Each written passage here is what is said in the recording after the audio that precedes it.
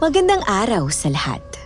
Naniniwala ka ba na lahat ng mga taong nagpapakita ng kabaitan talagang mabait? O ang iba ay nagkukunwari lamang upang itago ang tunay nilang masamang motibo laban sa'yo?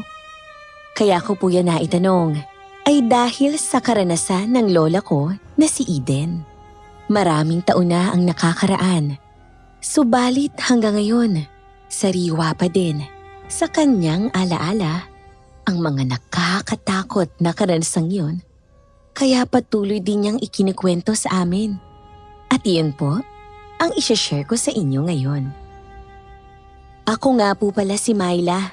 Hindi ko na rin po i-mention ang mismong lugar namin upang maingatan na din po ang pagkakakilanlan ng mga taong sangkot sa kwentong ito.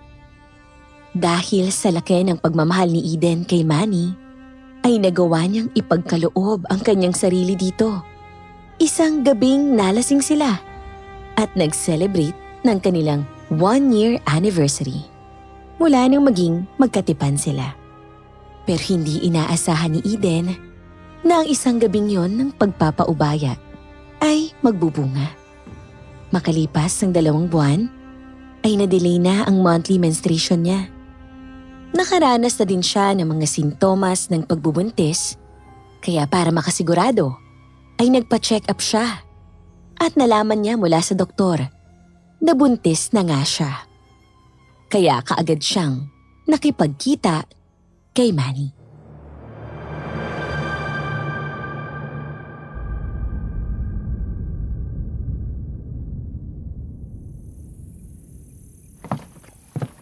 Manny, meron tayong malaking problema. Anong problema, mahal ko? 2 months pregnant na ako ayon sa doktor. Kaya pala tuwing umaga ay nagsusukakot, nahihilo paminsan-minsan. Talaga? Totoo bang sinabi mo na buntis ka? Oo, at ikaw ang ama ng batang ito kaya kailangan mo akong panagutan. Kapag nalaman ito ng aking ama, papatayin niya ako. Mahal na mahal kita, Eden. Kaya wala kang dapat na ipag-alala. Pananagutan kita. Salamat, mahal ko. Matapos nga ang pag-uusap ni na Eden at Manny, ay sumama na si Manny sa bahay ni na Eden upang kausapin ang mga magulang ng kasintahan. Sumang-ayon naman ang mga iyon na magpakasal si na Eden at Manny kahit na sa West lang. Kaya naman matapos na maiayos ang kanilang mga papeles, ay nagpakasal sila sa West. Nagkaroon ng konting salo-salo kasama ang mga piling bisita nila. Kaya naman matapos ang kainan, ay sumama na si Eden kay Manny. Dito ka natitira sa akin mula ngayon, mahal ko. Magsasama tayo ng masaya kapiling ang ating mga magiging anak. Napakasaya ko talaga, mahal ko. Wala na akong mahihiling pa kung hindi ang makasama ka ng mahabang panahon. Ako din, yun ang pangarap ko. Siya nga pala, kailangan mo nang mag-resign sa trabaho mo para maingatan mo ang anak natin. Sige, kung yun ang gusto mo. Nang sumunod na araw nga, ay nag-resign na sa kanyang trabaho si Eden. Medyo maselan ka ang kanyang pagbubuntis. Kaya naman ng mga sumunod na araw, ay namalagi na lang siya sa kanilang bahay ni Manny. Inasikaso niya na lang ang lahat ng mga pangangailangan ng asawa. Hanggang isang araw, ay umuwi si Manny na matamlay.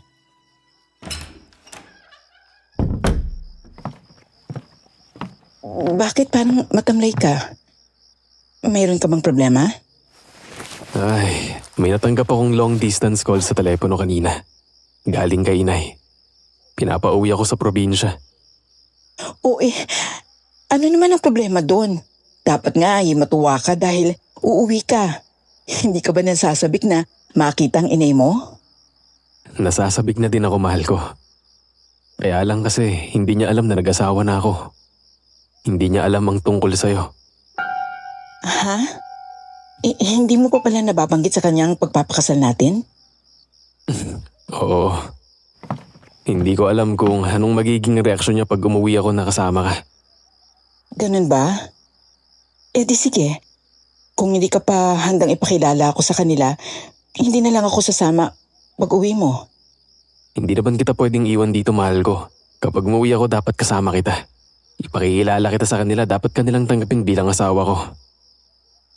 May dahilan ba para hindi nila ako tanggapin? Kung ipapakita ko naman sa kanila na mahal kita.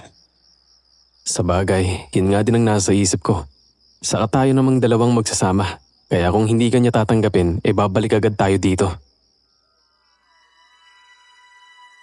Napangiti si Eden. Matapos ay yumakap kay Manny. Naramdaman niya ang pagmamahal ng asawa na kahit kanino ay handa niyang ipaglaban at hindi pababayaan. Nang sumunod na araw, ay nagpasa ng vacation leave si Manny sa trabaho nito. Matapos, ay inayos na nila ang mga dadalhin pauwi ng probinsya. Kasama na doon yung tiket sa barko. At di naglipat linggo, ay nagbiyahe na sila. 24 hours ang biyahe natin dito sa barko. Bukas lang ay naroon na tayo sa aming probinsya. Ganun ba? Ang tagal pala ng biyahe natin. Oo nga natatakot ka ba? Hindi naman masyado. Pero mas kakabahan ako kapag makakaharap ko ng inay mo. Sana'y magustuhan niya ako. Huwag kang mag-alala, kasama mo naman ako. Saka sinabi ko na sa'yo, kapag hindi ka nila tinanggap, uuwi na agad tayo ng Maynila. Sige, ikaw nang bahala sa amin ng anak mo ha. Huwag mo kaming pababayaan.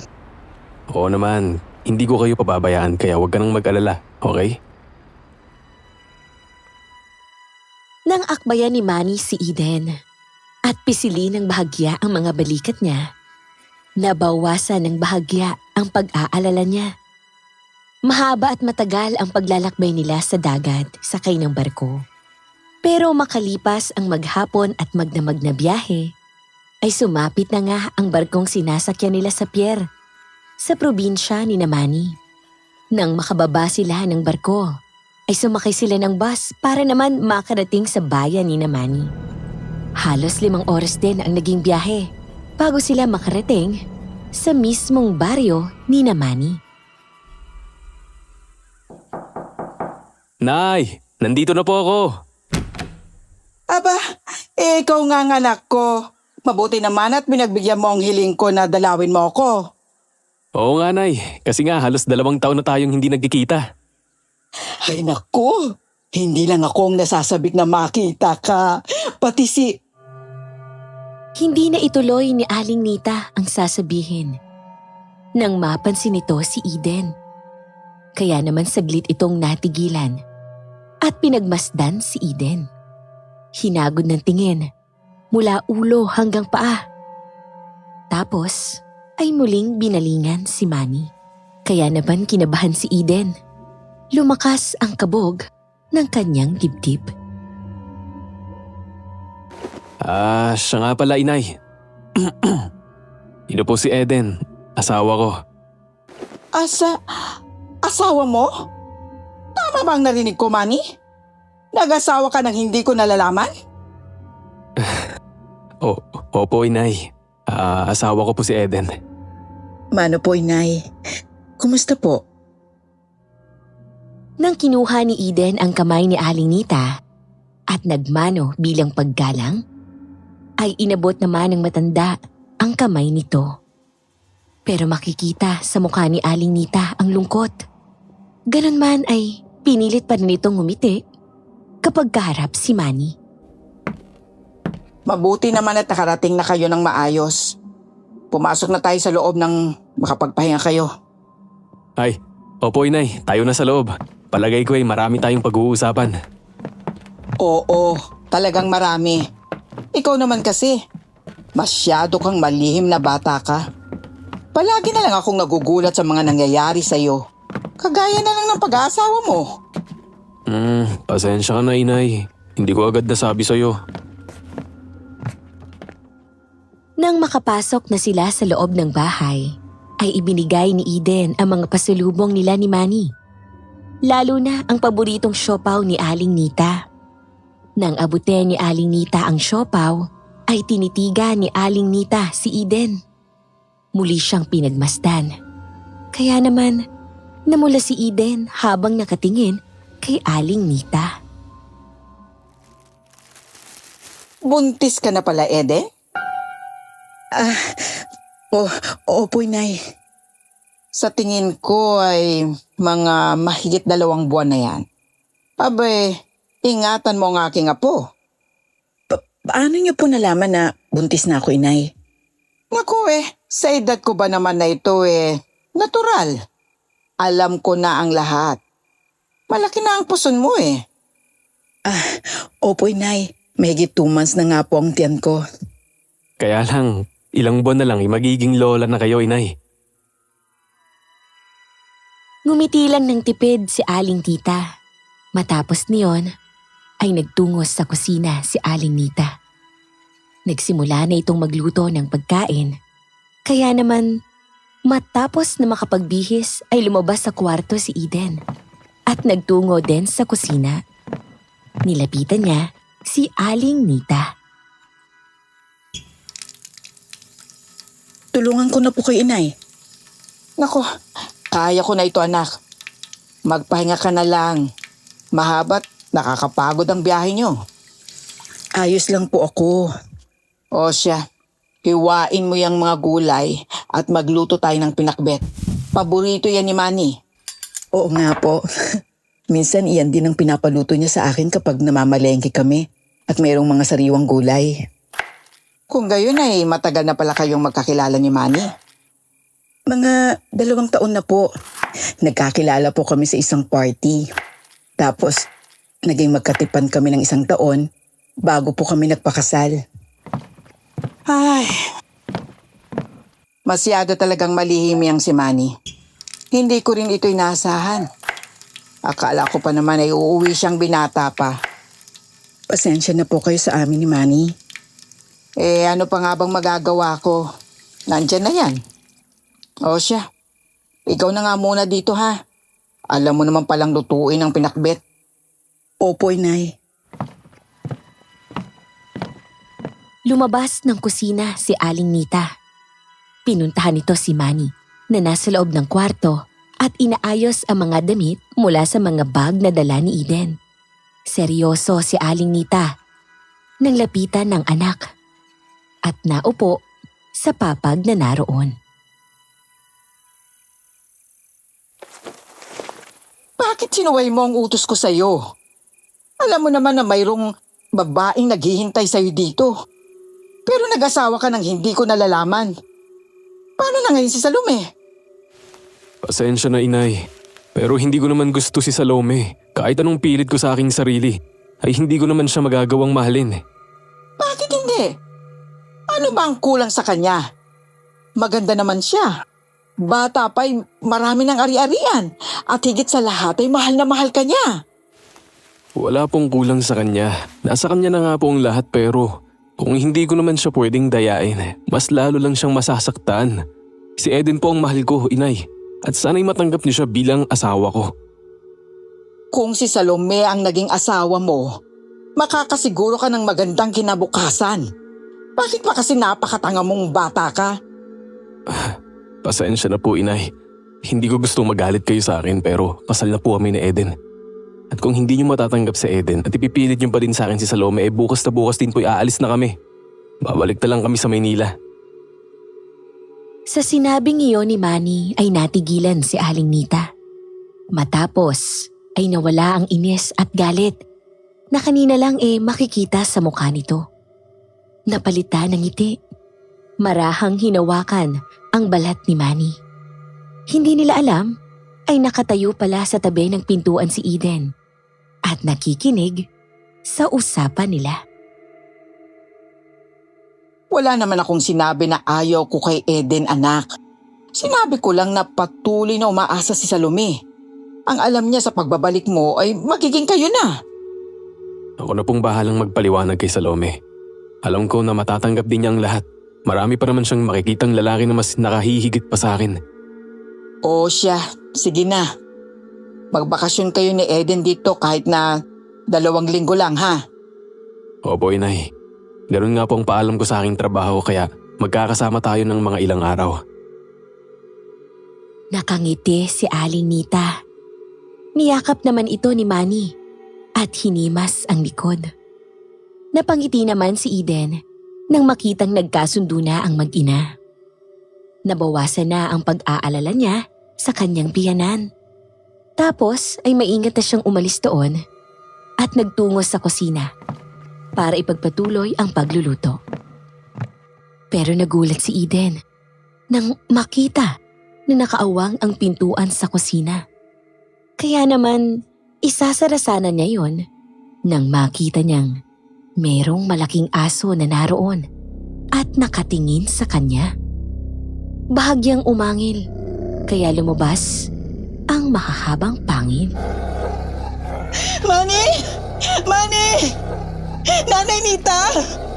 Manny! Ano yun? Mahal ko, bakit parang takot na takot ka? Mayroong malaking asong itim. Kakagatin ako. Nandiyan sa labas ng pintuan. Kaagad na dinampot ni Manny ang pamalo na naroon at sa dahan-dahan na tinungo ang nakabukas na pintuan. Hinanap nito ang malaking aso na sinasabi ni Eden. Wala namang nakita doon si Manny, kaya tuluyan na itong lumabas ng pintuan. Nagpalingalinga sa paligid ng likod ng bahay nila. Hindi na nito nakita ang asong itim, kaya naman bumalik na ito sa loob ng kusina at nilapitan ang takot na si Eden. Wala namang asong itim, mahal ko. Ginalugad ko na ang paligid ng likod bahay namin. Baka umalis na. Kanina kasi parang gusto na niya akong kagatin. Ang haba ng mga pangil niya. Ang pula ng mga mata. Umaangil sa akin. Baka aso lang yan ang kapitbahay natin. Minsan talaga'y naliligaw dito yun.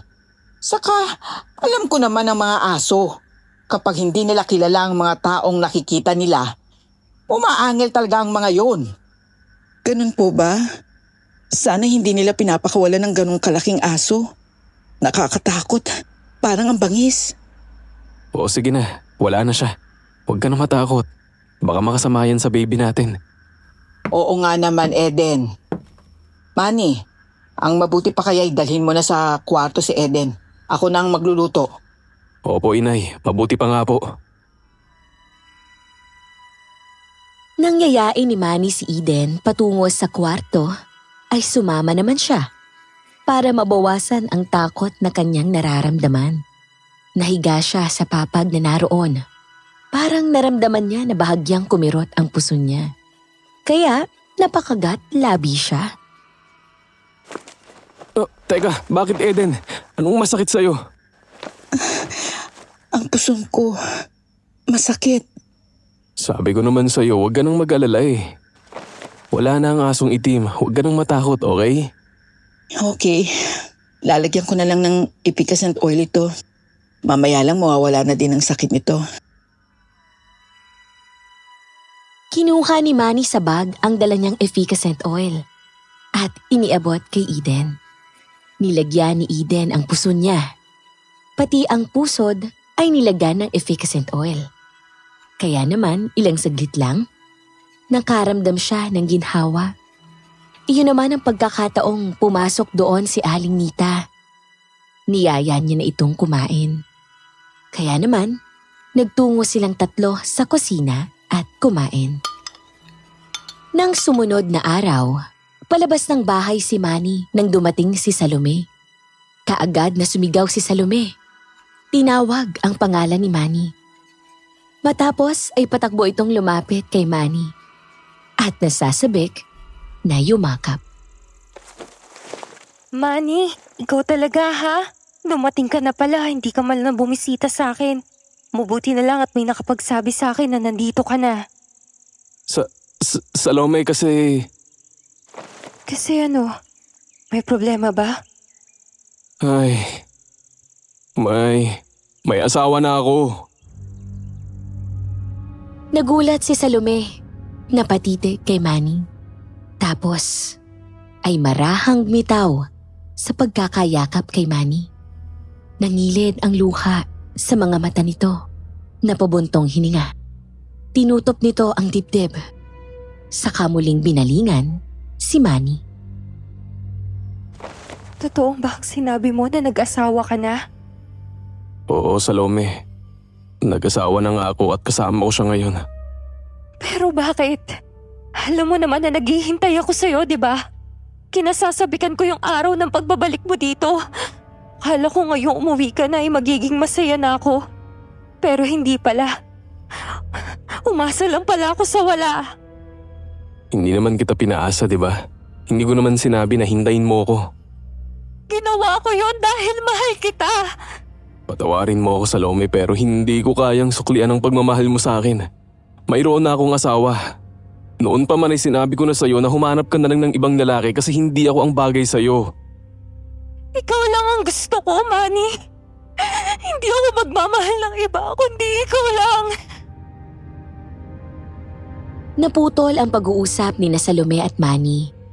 Nang kapwa silang mapalingon sa pintuan, kung saan kanina pa pala naroon si Eden at naririnig niya lahat ng pinag-uusapan ng dalawa. Kaagad na pinahid ni Salome ang luha sa mga mata nang balingan si Eden. Ikaw palang minahal ng lalaking minamahal ko. Napakaswerte mo kasi ikaw ang pinili niya. Sana'y maunawaan mo kami ni Manny. At sana rin ay makatagpo ka ng lalaking mamahalin ka rin ng totoo. Oo naman. Nauunawaan kita kasi babae rin ako na kagaya mo. Pero sana'y mahalin mo rin ng totoo si Manny. Huwag mo siyang bibigyan ng sama ng loob. Kasi agawin ko siya sa'yo kapag nangyari yon. Mahal namin ang isa't isa. Lalo pang pagtitibayan ng sanggol sa aking sinapupunan ang pagmamahalan namin. Mabuti naman kung ganun. Manny, kagaya na sinabi ko na, hindi ko basta isusuko ang pagmamahal ko sa'yo. Matapos niyon ay tumalikod na si Salome. Iniwan na nito sina Manny at Eden. Nang makaalis na si Salome, ay kaagad na lumapit si Manny kay Eden. Para itong nahihiya kay Eden dahil sa mga nangyayari. Napakamot ito ng ulo at hindi alam kung paano sisimulang magpaliwanag. Ito yung dahilan kaya alanganin akong umuwi. Si Inay at si Salome. Huwag ka nang magpaliwanag. Narinig ko naman ang lahat ng pinag-usapan ninyo. Siya lang naman ang may gusto at nagmamahal sa iyo eh. Wala ka namang damdamin sa kanya dahil akong talagang mahal mo. Kaya wala kang dapat ipag-alala sa akin. Salamat naman kung ganon, mahal ko.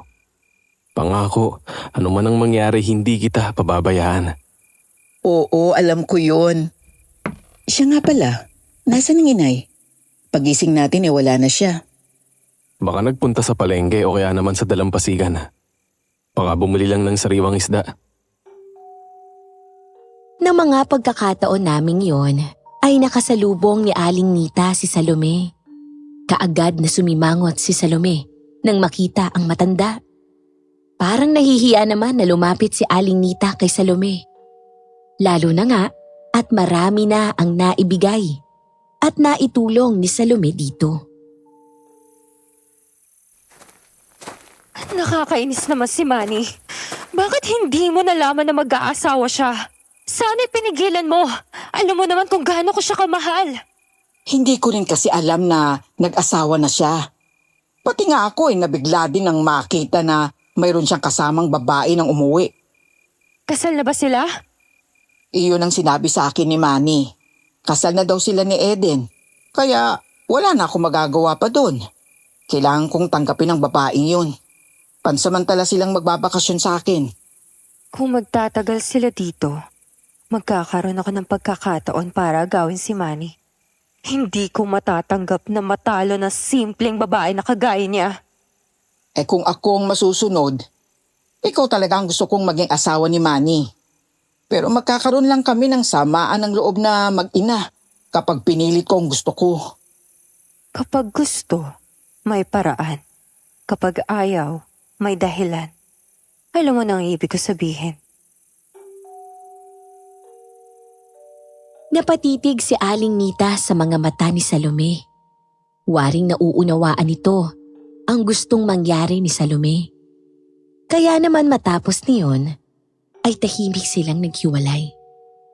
Umuwi si Aling Nita, nadala ang binili na sariwang isda. Nang makita ito ni Eden, ay kaagad na nilapitan.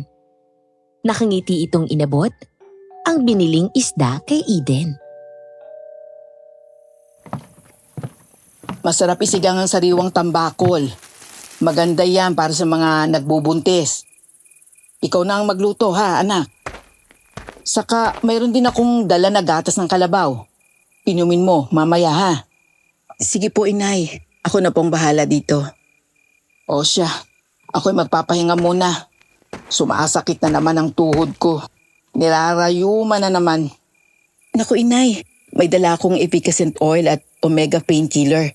Baka gusto niyo po. Maganda yon para sa masakit na kalamnan at buto. Sige, mamaya na lang. Konting pahinga lang ay mawawala na din ito. Sige po. Nang maupo si Aling Nita sa upuang kawayan na nasa ilalim ng puno, ay dinala naman ni Eden sa kusina ang mga biniling isda ni Aling Nita. Nilinis niya ang mga yon at inalis ang bituka. Kagaya ng dati, ay bumukas na naman ang pintuan sa kusina. Hindi napapansin ni Eden na naroon na naman ang malaking asong itim. Nakalawit ang dila at nakatuon ang paningin kay Eden. Napako ang paningin sa tiyan ni Eden. Kaya naman hindi nagtagal ay biglang naramdaman ni Eden na sumakit ang puso niya. Napaupo siya sa upuang naroon. Saka lang niya napansin ang malaking asong itim. Manny? Manny? Inay! Manny! Eden, anong nangyari? Anong masakit sa'yo? Ang puson ko, masakit. Yung asong itim kasi ayun. Nasaan? Wala naman ah. Nang tignan ulit ni Eden ang pintuan kung saan nakasilip kanina ang asong itim, ay nalaman niya na wala na roon ang asong itim. Kasunod niyon ay unti-unti na ding naramdaman niya na nawawala na ang sakit ng kanyang tiyan. Pinahid niya ang pawis sa muka at braso tapos ay muling napatingin kay Manny. Ano, ayos na ba ang pakiramdam mo? Umaayos na. Nawawala na ang kirot ng puson ko. Mabuti naman kung ganun. Nag-aalala ako sa'yo tuwing sasakit ang puson mo. Inaalala ko ang anak natin. Sa tingin ko hindi pangkaraniwan ang aso na yon, Manny. Kasi napakalaki niya sa pangkaraniwang aso. Saka para siyang may isip. Kapag sumigaw ako at alam niyang may darating, ay umalis siya agad. Anong ibig mong sabihin? Wala bang aswang dito sa lugar niyo, Manny? Nagbubuntis ako. At ang buntis ay mabango sa pang-amoy ng mga aswang. Aswang? Ang alam ko… Walang aswang sa lugar na ito. Dito ko na sinilang si Manny at hanggang sa nagbinata. Wala naman akong kababalaghang naranasan. Pero inay, hindi ba noon merong napatay na aswang ang mga taga-kabilang baryo? Bata pa ako noon pero natatandaan ko pa. Oo, yun ang sabi nila. Pero mahirap paniwalaan kung hindi naman nakita. Kaya hindi ako naniniwala. Yung pong malaking aso na palaging dumadalaw sa akin dito sa kusina. Hindi po kaya isa rin pong aswang? Kagaya ng sinabi ko, kung hindi ko naman nakita, hindi ko yun paniniwalaan. Paano nga po umaalis na siya sa tuwing sumisigaw ako at tinatawag kayo? Para siyang may isip na ayaw magpakita sa iba. Sinabi ko naman sa iyo na maraming asong itim ang nakakawala dito sa baryo. Mga alaga ng ating mga kapitbahay. Baka yun ang nakita mo. Kung hindi ka naman kinakagat, wala kang dapat ipag-alala. Oo nga naman, mahal ko. Baka ordinaryong aso lang ang nakikita mo. Baka nagugutom lang kaya palaging pumupunta dito sa kusina, naghahanap ng makakain. Hindi na kumibo si Eden dahil alam niya na kahit ano pa ang kanyang sabihin ay hindi maniniwala sina Manny at Aling Nita. Lalo pa nga at hindi naman nakikita ng mga ito ang malaking asong itim na palaging nakabantay sa kanya kapag nag-iisa siya sa kusina. Pero naglalaro din ngayon sa isipan ni Eden na kung ordinaryong aso lang ang nakikita niya, bakit sumasakit ang kanyang puson? Bakit parang natatakot ang sanggol na nasa sinapupunan niya? Kaya naisip niya na sa susunod na pagkakataon ay kailangan maging handa siya. Kaya nang muling magpakita sa kanya ang asong itim, nang sumunod na araw, hinambalos niya ito ng kahoy. Walang hiya ka? Palagi mo akong tinatakot. Para natuloy akong baliw na ayaw nilang paniwalaan. Lumayas ka dito! Malalakas na palo ang ginawa ni Eden na tumama naman sa katawan ng asong itim. Napaatras ang asong itim, pero sinundan ito ni Eden. Ilang ulit pa itong pinalo ni Eden, pero hindi na nito ininda ang palo ni Eden. Pagkus, nanlilisik ang mga mata nito na tinitignan si Eden. Umangil, kaya lumalabas ang matatalas nitong mga pangil. Dahang-dahan lumapit kay Eden. Galit na galit. Kaya naman, muling nanaig ang takot ni Eden. Mahal, totoo nga ang sinabi mo. Hindi ordinaryong aso ito. Isa kang aswang. Ang lakas ng loob mong pumunta rito samantalang papalubog pa lang ang araw. Humanda ka sa akin. Patatagpasin ko ang leeg mo. Ingatan mo ang asawa mo. Napakabango ng sanggol sa kanyang tiyan. Ayaw pa naman ang gustong-gusto naming mga aswang. Hindi ka magtatagumpay! Mamamatay muna ako bago mo magawa ang gusto mo. Kung kinakailangan na yon ang mangyari, yon ang gagawin ko. Makain ko lang ang sanggol sa tiyan ng babaeng yan. Magtatatlong buwang sanggol? Napakasarap niyan. Sa galit ni Manny, ay tinaga niya ang asong itim ng ilang ulit. Pero inilagan lang yon ng asong itim. Kinalmot ng asong itim si Manny. Bumaon sa mukha ni Manny ang mga matatalas na kuko ng aswang. Kaya naman kaagad na umagos ang dugo sa sugatang mukha ni Manny. Dinilaan pa ng aswang ang dugoan niyang kuko. Matapos ay tumakbo ito palayo kina Manny at Eden. Tumatawa pa ng malakas ang aswang bago tuluyang umalis. Kaya naman, nilapitan ni Eden si Manny. May sugat ka. Halika na sa loob para gamutin natin yan. Pasensya ka na. Hindi kasi ako naniwala sa'yo ko agad. Muntik ka na mapahamak. Muntik niya nang makuha ang ating anak. Oo, ayos na yun. Ang mahalaga ay alam mo na totoo ang aking sinasabi. Tayo na sa loob at gagamutin ko yung sugat mo. Sumang-ayon naman si Manny sa sinabi ni Eden. Pumasok sila sa loob ng bahay. Sa kwarto sila nagtuloy. Kumuha ng bulak at alkohol si Eden at nilinis ang sugat ni Manny. Kaagad naman na naramdaman ni Manny ang hapdi ng alkohol. Nang sumayad na yon sa sugat niya sa mukha. Kaya naman, napasigaw siya at napayakap kay Eden. Naku po, ang hapdi naman pala niyan. Kailangang malinis ang sugat mo para hindi ka maimpeksyon. Baka kasi may mikrobyo ang kuko ng aswang na yun. O sige, tidiisin ko na lang ang hapdi at kirot. Ouch!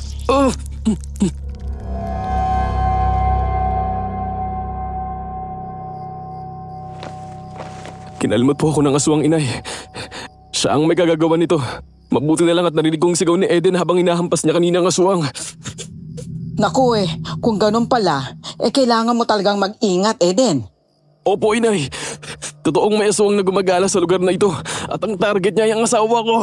Nakausap ko siya at nakaharap kaya alam ko na aswang talaga siya. Mabango pa naman sa pang-amoy ng mga aswang ang mga babaeng buntis. Lalo na nga magtatatlong buwan na ang sanggol sa tiyan mo. Yun nga po ang sabi ng aswang, inay. Hindi daw po niya ako titigilan hanggang hindi nakakain ng sanggol sa aking tiyan. Kaya kailangan ko ng bantayan ng maigpit si Eden habang nandito kami, inay. Hindi ako papayag na mawala ang aming anak. Sige, dalawa tayong magbabantay kay Eden habang nandito kayo. Salamat po, Inay. Walang anuman. Ang minamahal ng aking anak ay mamahalin ko din. Salamat po. Napakabait niyong biyanan. Natuwa si Eden nang yumakap kay Aling Nita. Niyakap din siya ni Aling Nita. Kaya naman sa tuwa ni Manny, ay niyakap nito ang dalawang babae. Bumulong pa ito ng pasasalamat sa ina. Na sa wakas, ay natanggap na rin bilang manugang si Eden. Matapos niyon, naampat na ang pagdurugo ng 3 makakabang sugat sa mukha ni Manny. Kaya naman kinuha ni Manny ang itak. Nagtungo sa likod ng bahay nila, kung saan naroroon ang mga tanim nilang buho at kawayan. Pumutol ng 2 puno si Manny at ginawa nitong sibat. Sinigurado ni Manny na walang tulis ang sibat. Para nang sa gayon ay tumalab sa katawan ng aswang sakaling makaharap ito ulit. Iyan ba talagang panlaban sa mga aswang? Nung bata pa ako, nalaman ko na mayroon nga na aswang na napatay sa kabilang baryo. At ayon sa mga tao doon ay sibat na buho o kawayang sibat ang makakapatay sa mga aswang. Yan ang sumpa sa kanila. Mahal, ano kaya kung huwag na tayong magtagal dito? Natatakot ako para sa ating dalawa. Ayaw ko naming mapahamak ka. Oo, naisip ko na din na sa lalong madaling panahon ay bumalik na tayo sa Maynila. Kaya lang, di ko alam kung paano magpapaalam kay inay. Ilang taon niya ako hindi nakasama. Tapos ngayon 3 araw pa lang tayo dito. Iiwan na natin siya. Kung wala lang naman sana na ganitong problema, kahit magtagal tayo dito eh. Ang kaso, mayroong aswang, Manny. Hindi siya basta tao. Nagiging halimaw siya at hindi natin kilala. Wala rin tayong alam kung kailan siya magpapakita at sasalakay. Mabigat ang sitwasyon. May paraan pa naman siguro, Eden. Tiyak na alam din ng mga kapitbahay namin ang tungkol sa mga gumagalang salot dito. Makikipag-usap ako sa kanila para humingi ng tulong. Sige, kung yun ang naisip mong paraan. Sumang-ayon naman si Eden sa naisip na paraan ni Manny. Kaya naman hindi sila nag-aksaya ng panahon. Nakipag-usap si Manny sa mga kapitbahay nila at nalaman nga niya na talagang merong gumagalang aswang sa kanilang lugar. Talagang may gumagalang aswang dito, Manny. Isa sa nabiktima niya, ang asawa ko. Namatay ang asawa ko at pati ang sanggol sa kanyang tiyan ay kinain ng aswang. Kaya galit na galit ako sa limaw na yon. Ang asawa ko naman ang target niya ngayon. Ilang beses na siyang nagpakita at nitong huli ay nagpang-abot na kami. Siya ang may kagagawa nitong pilat sa aking mukha. Ganun ba? Sige, tutulong ako sa pagbabantay sa asawa mo. Kakausapin ko rin ang iba pa nating kapitbahay para sumama sa pagbabantay. Maraming salamat, pare. Ayos lang, pare. Ang gusto ko lang din ay makaganti sa aswang na yon para matahimik na din ang aking asawa. Sige, hihintayin ko na lang kayo sa bahay. Sige, darating ako. At ang mga taong kakausapin ko. Kasi dati ay nagrurunda na kami. Natigilan nang hindi na dito na merwisyo ang aswang. Naisip namin na baka sa ibang lugar na nang bibiktima. Matapos na makipag-usap ni Manny at Eden kay Noel, ay umalis na sila at kinausap ang iba pa nilang kapitbahay. Marami namang nakisimpatya sa kanila at nangakong tutulungan ang mag-asawa. Matapos niyon ay umuwi na sila. Kaagad silang kumain ng hapunan nang sumapit ang gabi. Matapos ay inihanda na ni Manny ang mga sibat na buho at kawayan. Dumating si Noel na may mga kasamang mga lalaki na armado ng sibat at itak. Nandito na kami, pare! Salamat at dumating kayo, pare. Kung sasalakay ngayon ang aswang, tiyak na mahuhuli na natin siya sa dami natin. Oo, gusto ko rin mahuli ang aswang na yan para makilala ko. Pagbabayarin ko sa pagpatay niya sa aking mahal sa buhay. Manny, bakit maraming tao dito sa atin? Opo, inay. Tutulong sila sa pagbabantay sa paligid. Anumang oras kasi ay pwedeng sumalakay ang aswang. Mabuti naman at may makakatulong tayo sa pagbabantay kay Eden. Salamat sa iyo, Noel. Wala nga naman, Aling Nita. Alam niyo naman kung ano ang ginawa niya sa aking mahal sa buhay. Oo nga, inay. Nabiktima din pala ng aswang ang asawa ni Noel. Oo, nakakaawang nangyari sa kanyang asawa. Hindi siya nakaligtas sa aswang. Oo, kaya gano'n na lang ang galit ko at kagustuhang makaganti. At ito na ang pagkakataong yon. Kaya ipanatag mo na ang kalooban mo, mahal ko. Marami na kaming magbabantay sa'yo ngayon. Oo, sige. Nabawasan na ang kaba ko. Ilang oras pa ang matuling lumipas. Nagbantay sa paligid ng bahay ni Manny ang mga lalaki na naroon. Nanatili sa loob ng bahay si Eden. At si Aling Nita naman ay nagpakulo ng tubig at nagtimpla ng mga kape para sa mga taong nagbabantay. Ibinigay ni Aling Nita ang mga tasa ng kape kina Manny. Salamat sa inyong lahat ha. Magkape muna kayo, pampaalis ng antok. Wala pong anuman. Salamat po sa kape.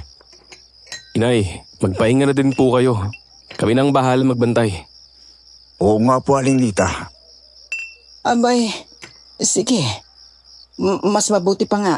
Mahirap mapuyat ang mga matatanda na kagaya ko. Nang pumasok na sa loob ng bahay si Aling Nita, ay dumiretso na ito sa kanyang kwarto. Lumipat sa bintana sa gawin ng likod bahay. Bahagyang iniangat ang bintana at sumilip. Nakita na wala namang tao sa paligid. Tapos ay muling lumabas ng kwarto at nagtungo sa sala. Muling sinilip si Manny na nasa harapan ng bahay. Sa palagay ko, ay hindi sasalakay ngayon ang aswang. O kung nasa paligid man siya, ay tiyak na humahanap lang siya ng magandang tiyempo. Lalo na nga at naandito tayo. Oo nga, matalino at maingat ang aswang kaya kailangan din natin maging tuso. Tama ka. Hindi tayo dapat magkamali. Dahil mapanling lang siya. Gaya na nangyari sa aking asawa. Di nga nagtagal, ay nakarinig sila ng malakas na sigaw ng isang babae sa di kalayuan. Kung kaya, naalerto ang lahat, napatingin sa iisang direksyon. Ilang bahay lang ang pagitan sa bahay ni Manny. Nang sumigaw ang babaeng, humihingi ng tulong. Kinaaling bilin ang sigaw na yun. Punta natin! Oo nga pare, humihingi ng tulong. May aswang daw. Tayo na! Madali! Nagtakbuhan ang mga lalaki sa bahay nila Aling Bebang. At dahil hindi naman gaanong malayo iyon, ay nakita nga nila ang aswang na naroon na nasa anyong malaking asong itim. Kinakain ito ang sanggol mula sa tiyan ng patay na babae. Naroon din ang bangkay ng lalaki na asawa nito na nauna ng nilapa ng aswang. Walang hiya ka talaga! Halimaw! Paligiran nyo! Huwag nyo hayaang makatakas! Papatayin kita! Sinibat ni Noel ang aswang pero nakailag yun. Tinaga ni Manny pero naiwasan din yun. Tapos tumalon na nakabukas ng bintana ang aswang at tumakbo papalayo. Hinabol naman ito ng mga kalalakihan pero biglang natigilan sina Noel at Manny. Paano nga ay bigla nilang naalala si Eden? Walang naiwan doon. Kaya naman, nagmamadaling bumalik sa kanila sina Manny at Noel. Dahil ng pagkakataon nga na yon, ay kinakamot na ng aswang ang pintuan ng kwarto ni Eden. Manny? Wala na ang tinatawag mo. Nandun sila. Merong hinahabol, kaya wala ka nang maaasahang tulong. Walang iya ka! Halimaw! Hindi mo basta makukuha ang anak ko! Akin ka na ngayon, pati ang anak mo. Isinara ng aswang ang pintuan ng kwarto. Kinuha naman ni Eden sa ilalim ng upuan ang itak na ibinigay sa kanya ni Manny. Tapos, tumayo siya sa papag. Pumwesto sa gilid, sumandal doon at pilit na nilalakasan ang loob upang labanan ang takot. Sige, lumapit ka para tagpasin ko ang ulo mo. Inay! Manny! Nandito ang aswang, Inay!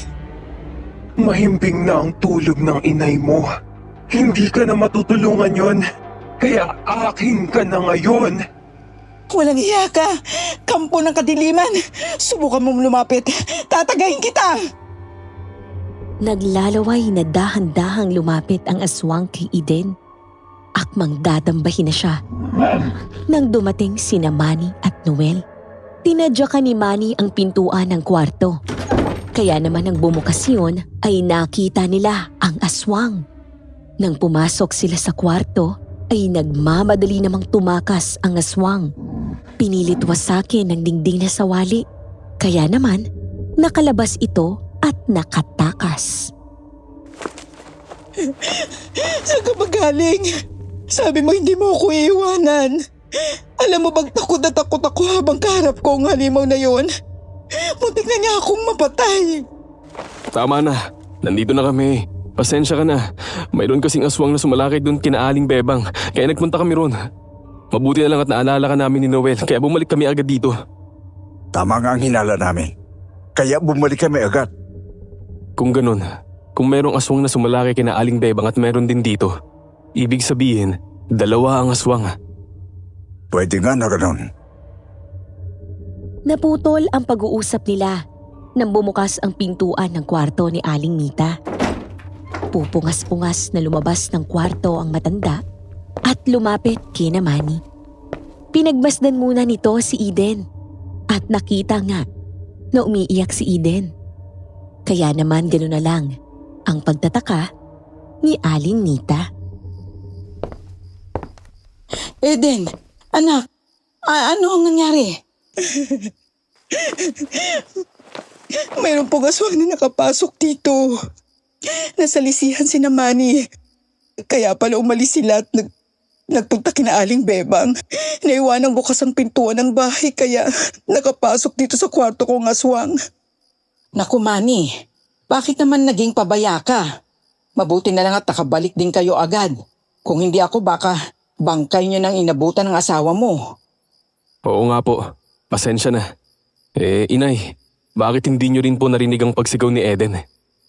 Nakalimutan mo na ba na ugali ko nang maglagay ng bulak sa aking tenga kapag natutulog para madali akong makatulog at hindi maistorbo? Alam niyo naman ang mga matatanda na kapag nagising ng alanganing oras hindi na nakakatulog pa.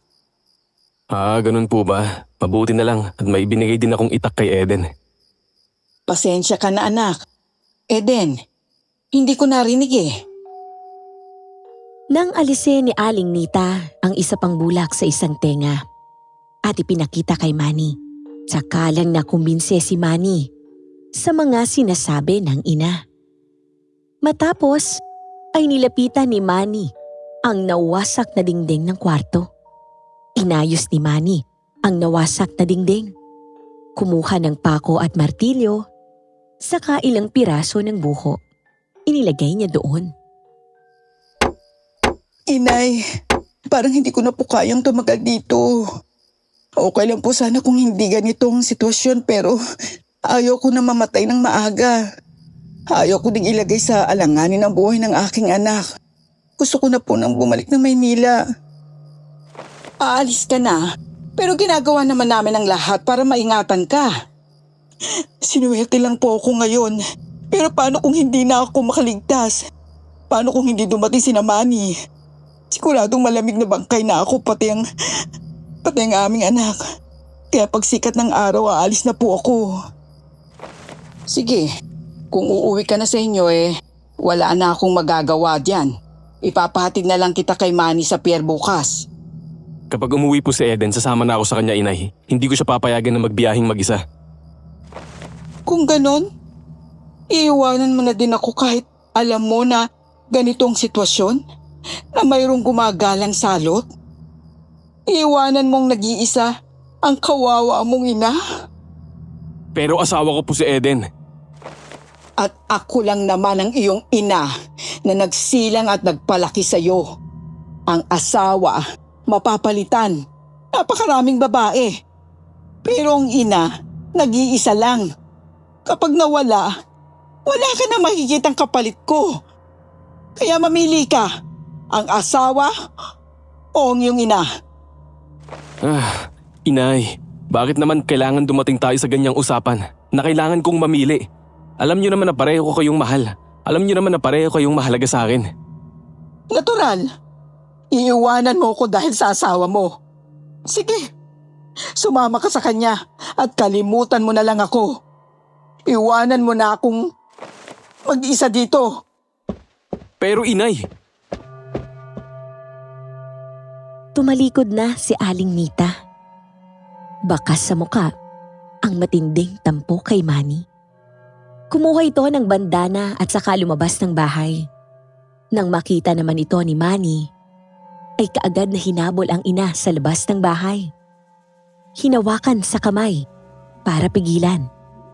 Galit na pumiglas si Aling Nita. Umiyak ito. Huwag mo na akong pigilan. Sumama ka na sa asawa mo. saan pa po ba kayo pupunta? Hating gabi na. Kay Salome, doon na lang muna ako sa kanya. Siya lang naman ang tunay na nagmamahal sa akin. Kaya gusto ko talaga siya para sa'yo. Inay naman, gabi na eh. Huwag na kayong umalis.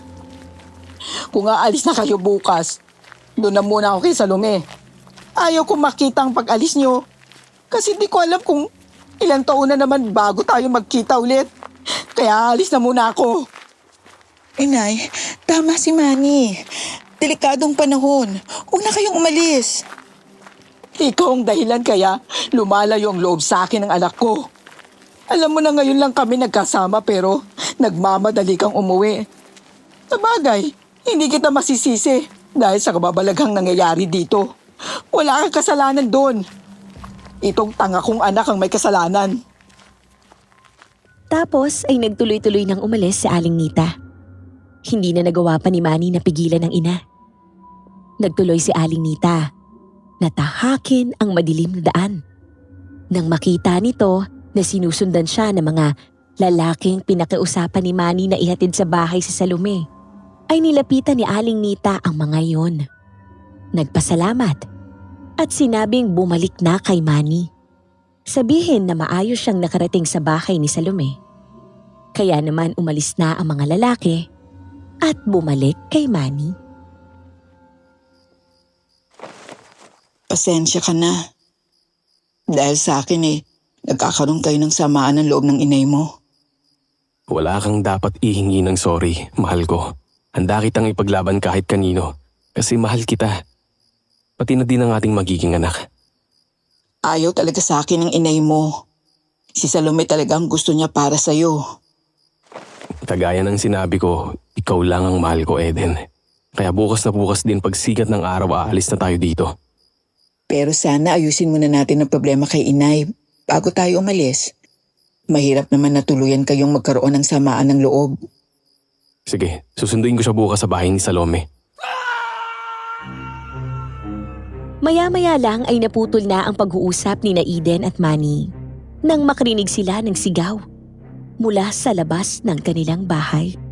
Kaya naman nagmamadaling sumilip sa pintuan si Manny, kung saan nakita niya ang isang kasamahan nilang lalaki ang dinamba ng aswang at kinagat sa kamay.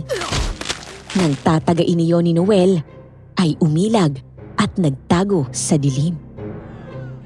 Paring Noel! Desperado na ang aswang na kunin ang sanggol sa tiyan ng asawa mo, pare. Kapag nangyari yun, mamamatay silang mag-ina. Manny, natatakot ako. Nandito ako, huwag kang mag-alala. Talasan niyo ang mga mata niyo! Nasa paligid lang ang salot!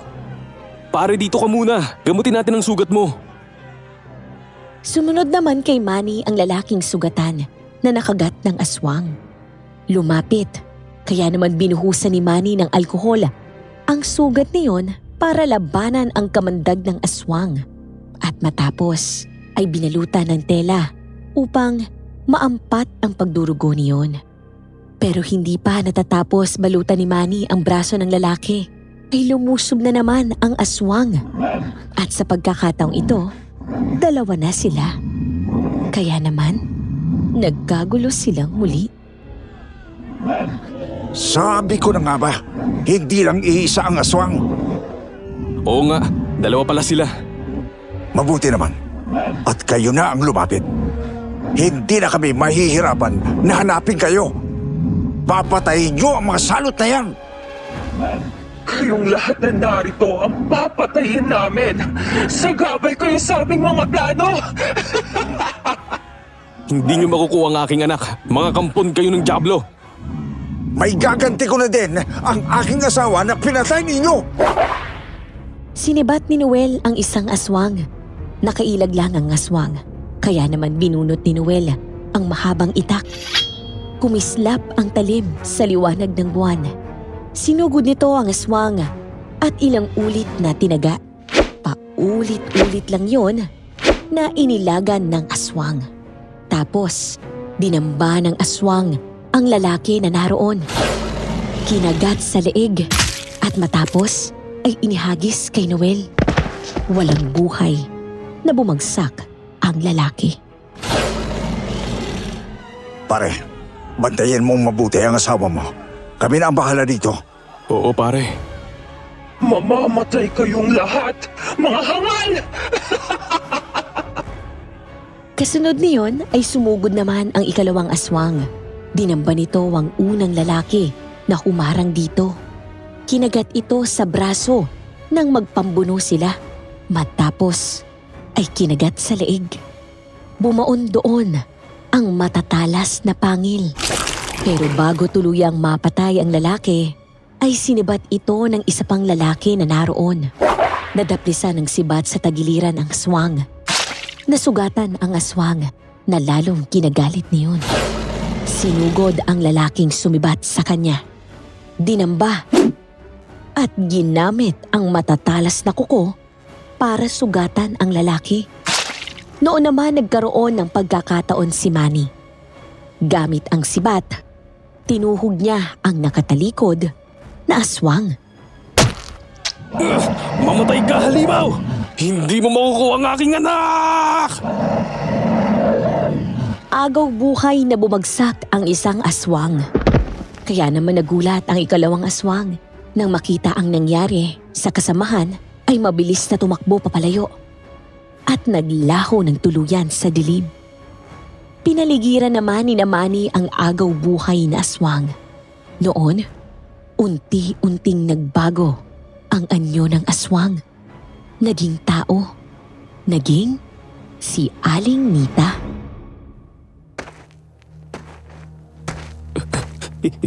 Inay, kayo ang aswang? Patawarin mo ko na. Hindi ko talaga matatanggap si Eden bilang asawa mo. Si Salome ang gusto ko para sa iyo. Kaya pinilit kong patayin si Eden at ang inyong anak. Kasi kung mawawala siya, ay magkakaroon na ng pagkakataon si Salome para mapansin mo. Ang ibig niyo po bang sabihin? Lahat ng ipinakita niyong kabaitan, puro pagkukunwari lang? Maka, ilang ulit akong nagtangka. Pero napakaswerte mo at palagi kang nakakaligtas. Kayo ang asong itim na palagi kong nakikita. Tama po ba? Oo, tama ka. Kaya tuwing sisigaw ka ay tumatakbo ako. Umiikot ako sa likod bahay. May sikretong pintuan doon, patungo sa kwarto ko. Pero inay, paano kayo naging aswang? Nahawa ako kay Salome. Siya ang nag-alaga sa akin nung nagkasakit ako. Puro atay at puso pala ng tao ang pinapakain niya sa akin. Sinalinan din niya ako ng dugo niya dahilan para ako'y maging aswang. Anak, patawarin mo ako. Inay, ako po ang patawarin niyo. Hindi ko po alam na kayo ang aswang kaya nasipat ko kayo.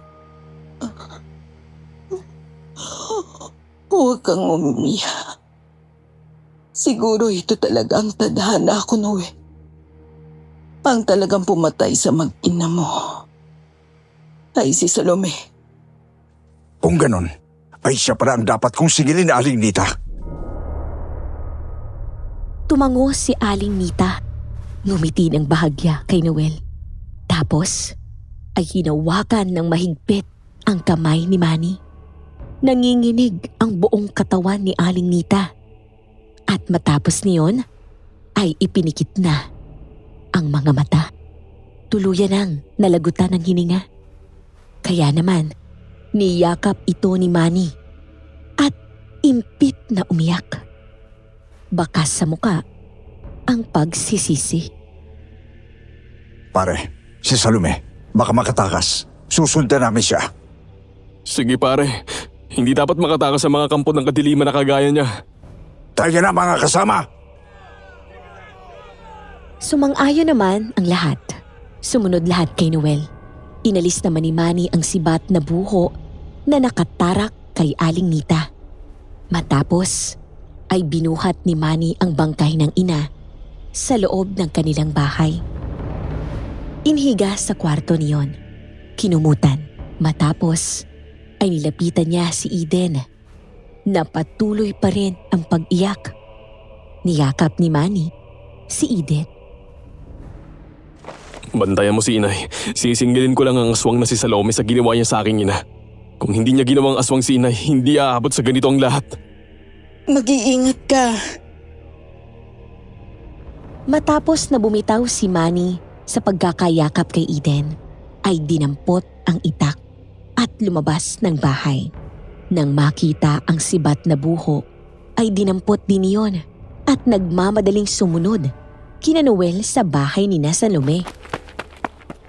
Napaligiran na nila Noel ang bahay ni Salome nang dumating si Manny.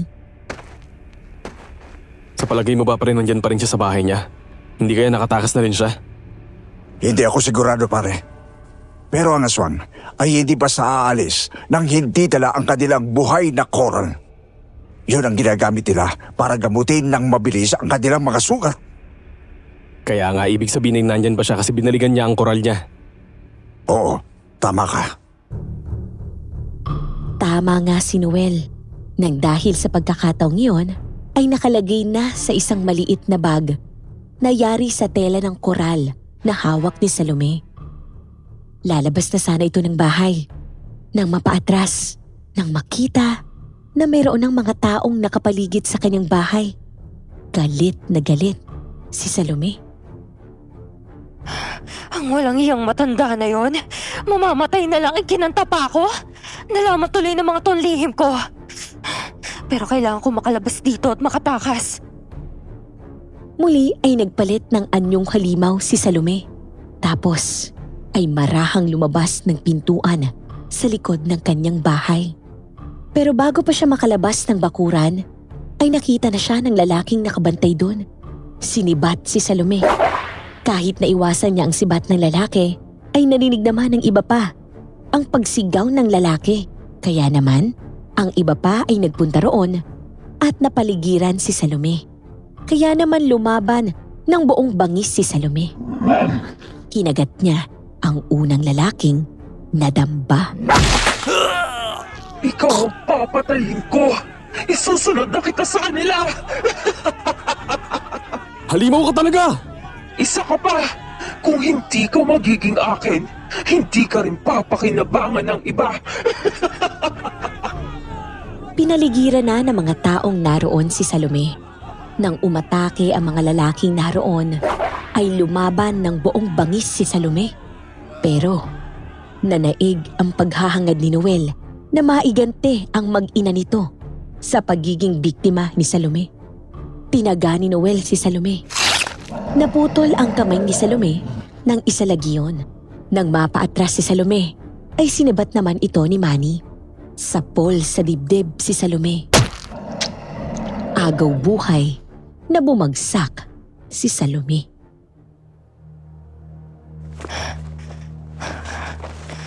Manny, minahal kita. Patawad, pero ikaw din ang naging dahilan kaya nangyari kay inay ang malagim na kamatayan. Ngayon, matatahimik na din ang aking asawa at anak na naging biktima mo. Hinawakan ni Noel ang sibat na nakatusok sa katawan. Idiniin iyon ng todo ni Noel. Dahilan para tuluyang tumagos sa katawan ni Salome ang sibat. Hinawakan pa ni Salome ang sibat para sana alisin, pero muli iyong diniin ni Noel. Kaya naman, tuluyan nang nalagutan ng hininga si Salome. Kaya naman nang sumikat ang araw, ay gumawa ng 2 hukay sa sementeryo sina Manny. Matapos ay doon inilibing sina Aling Nita at Salome. Matapos ay ginamot nila ang mga sugatang kasamahan. Parang ayaw nang umalis sa sementeryo ni Manny at iniwan si Aling Nita. Baka sa muka ang lungkot at pagsisisi. Anong plano mo ngayon, pare? Babalik na ako sa Maynila. Ngayong wala na si inay. Wala nang dahilan para manatili ako dito. Isa pa, ay naroon din naman ang trabaho ko. Tagaroon din naman ang pamilya ni Eden. Kailan ang biyahe niyo? Tapusin ko lang ang ikasyam ni inay, tapos aalis na kami. Salamat sa tulong mo, pare. Salamat din sa iyo, pare. Akala ko nga ay hindi ko na mabibigyan ng katarungan ang nangyari sa mag-ina ko. Pero nangyari din ang inaasam ko. Hindi mo dapat sisihin ang sarili mo, pare. Si Salome ang pulot dulo ng lahat ng ito. Siya ang may kasalanan. Tama si Noel. Pero nang sumunod na araw lang, ay mayroon ng mga dumating na pulis at hinuli sina Manny, Noel at ang iba pa. Bagay na ikinagulat ni Manny. Lalo na nang posasa na sila ng mga pulis. Kaya naman kaagad na lumapit si Eden. Niyakap si Manny. Matapos ay binalingan ang mga pulis. Sir, bakit niyo inuhuli ang asawa ko at ang iba pa? Aswang si Salome. Siya ang may kagagawan kaya nasugatan ng iba pang kalalakihan dito. Tingnan niyo ang mga sugat nila. Mga kagat ng halimaw na asong itim at iyon ay si Salome. Siya ang pumatay sa asawa ko. At yun ang naging motibo mo? Para patayin siya? Ganun ba? Oo. Kasi isa siyang aswang. Tama siya, sir. Naging malaking asong itim siya at sinalaki ang mga taga rito. Ayan o, may sugat sila kaya pinatay namin yung asong itim. At nang mamatay siya, nakita namin na si Salome pala. Oo nga, sir. Bakit ayaw niyong maniwala sa amin? Dahil wala kayong katibayan, hindi sapat ang kwento lamang para patunayan na siya nga ang halimaw at nang mamatay, naging tao. Wala rin kayong karapatan na patayin ang tao sa pagbibintan lamang na isang aswang. Isang pagbibintang ba, sir? Kahit marami nang nasugatan at namatay? Kayo na rin ang nagsabi na malaking asong itim ang sumalakay at kumagat sa mga kasama ninyo. Patunayan nyo na lang sa korte. O sige na, isakay na sa patrol ang mga yan. Wala nang nagawa si Manny nang isakay na sila sa mobile patrol ng mga pulis at dalhin sa presinto. Nakulong sila sa salang murder. Hindi naniwala ang mga pulis at judge sa sinasabi nila na isang aswang si Salome. Lalo na nga at wala silang ebidensya. Lumabas sa investigasyon na magkakasabwat sina Manny at Noel. Pinatay si Salome dahil sa pagbibintang na isa itong aswang. Kaya naman, nahatulan sila at nakulong ng 40 years. Ibig mo sabihin, Lola Eden, ganun katagal nakulong ang Lolo Manny? Hindi naman totally umabot ng ganong katagal. Dahil makalipas lang ng halos 10 taon ay nakalaya din sila. Bakit po sila pinalaya? Inapila namin ang kaso at nagkaroon ng reinvestigation ng mga pulis. At yun nga, yung mismong pulis na humahawak sa kaso ay naka-encounter ng aswang sa lugar na yun at naalaman na totoo ang sinasabi nila. Kasi yung napatay na aswang ng mga pulis ay kamag-anak din ni Salome. Yun ang complainant na nagpahuli sa mga lolo Manny mo. Ganun po pala. Nakakatakot pala nangyari sa buhay niyo ni Lolo Manny. Oo, kaya hanggang ngayon ay hindi ko makalimutan yon. Kaya nga, ikwento ko sa inyo. At ikikwento ko naman po yan sa mga kakilala ko.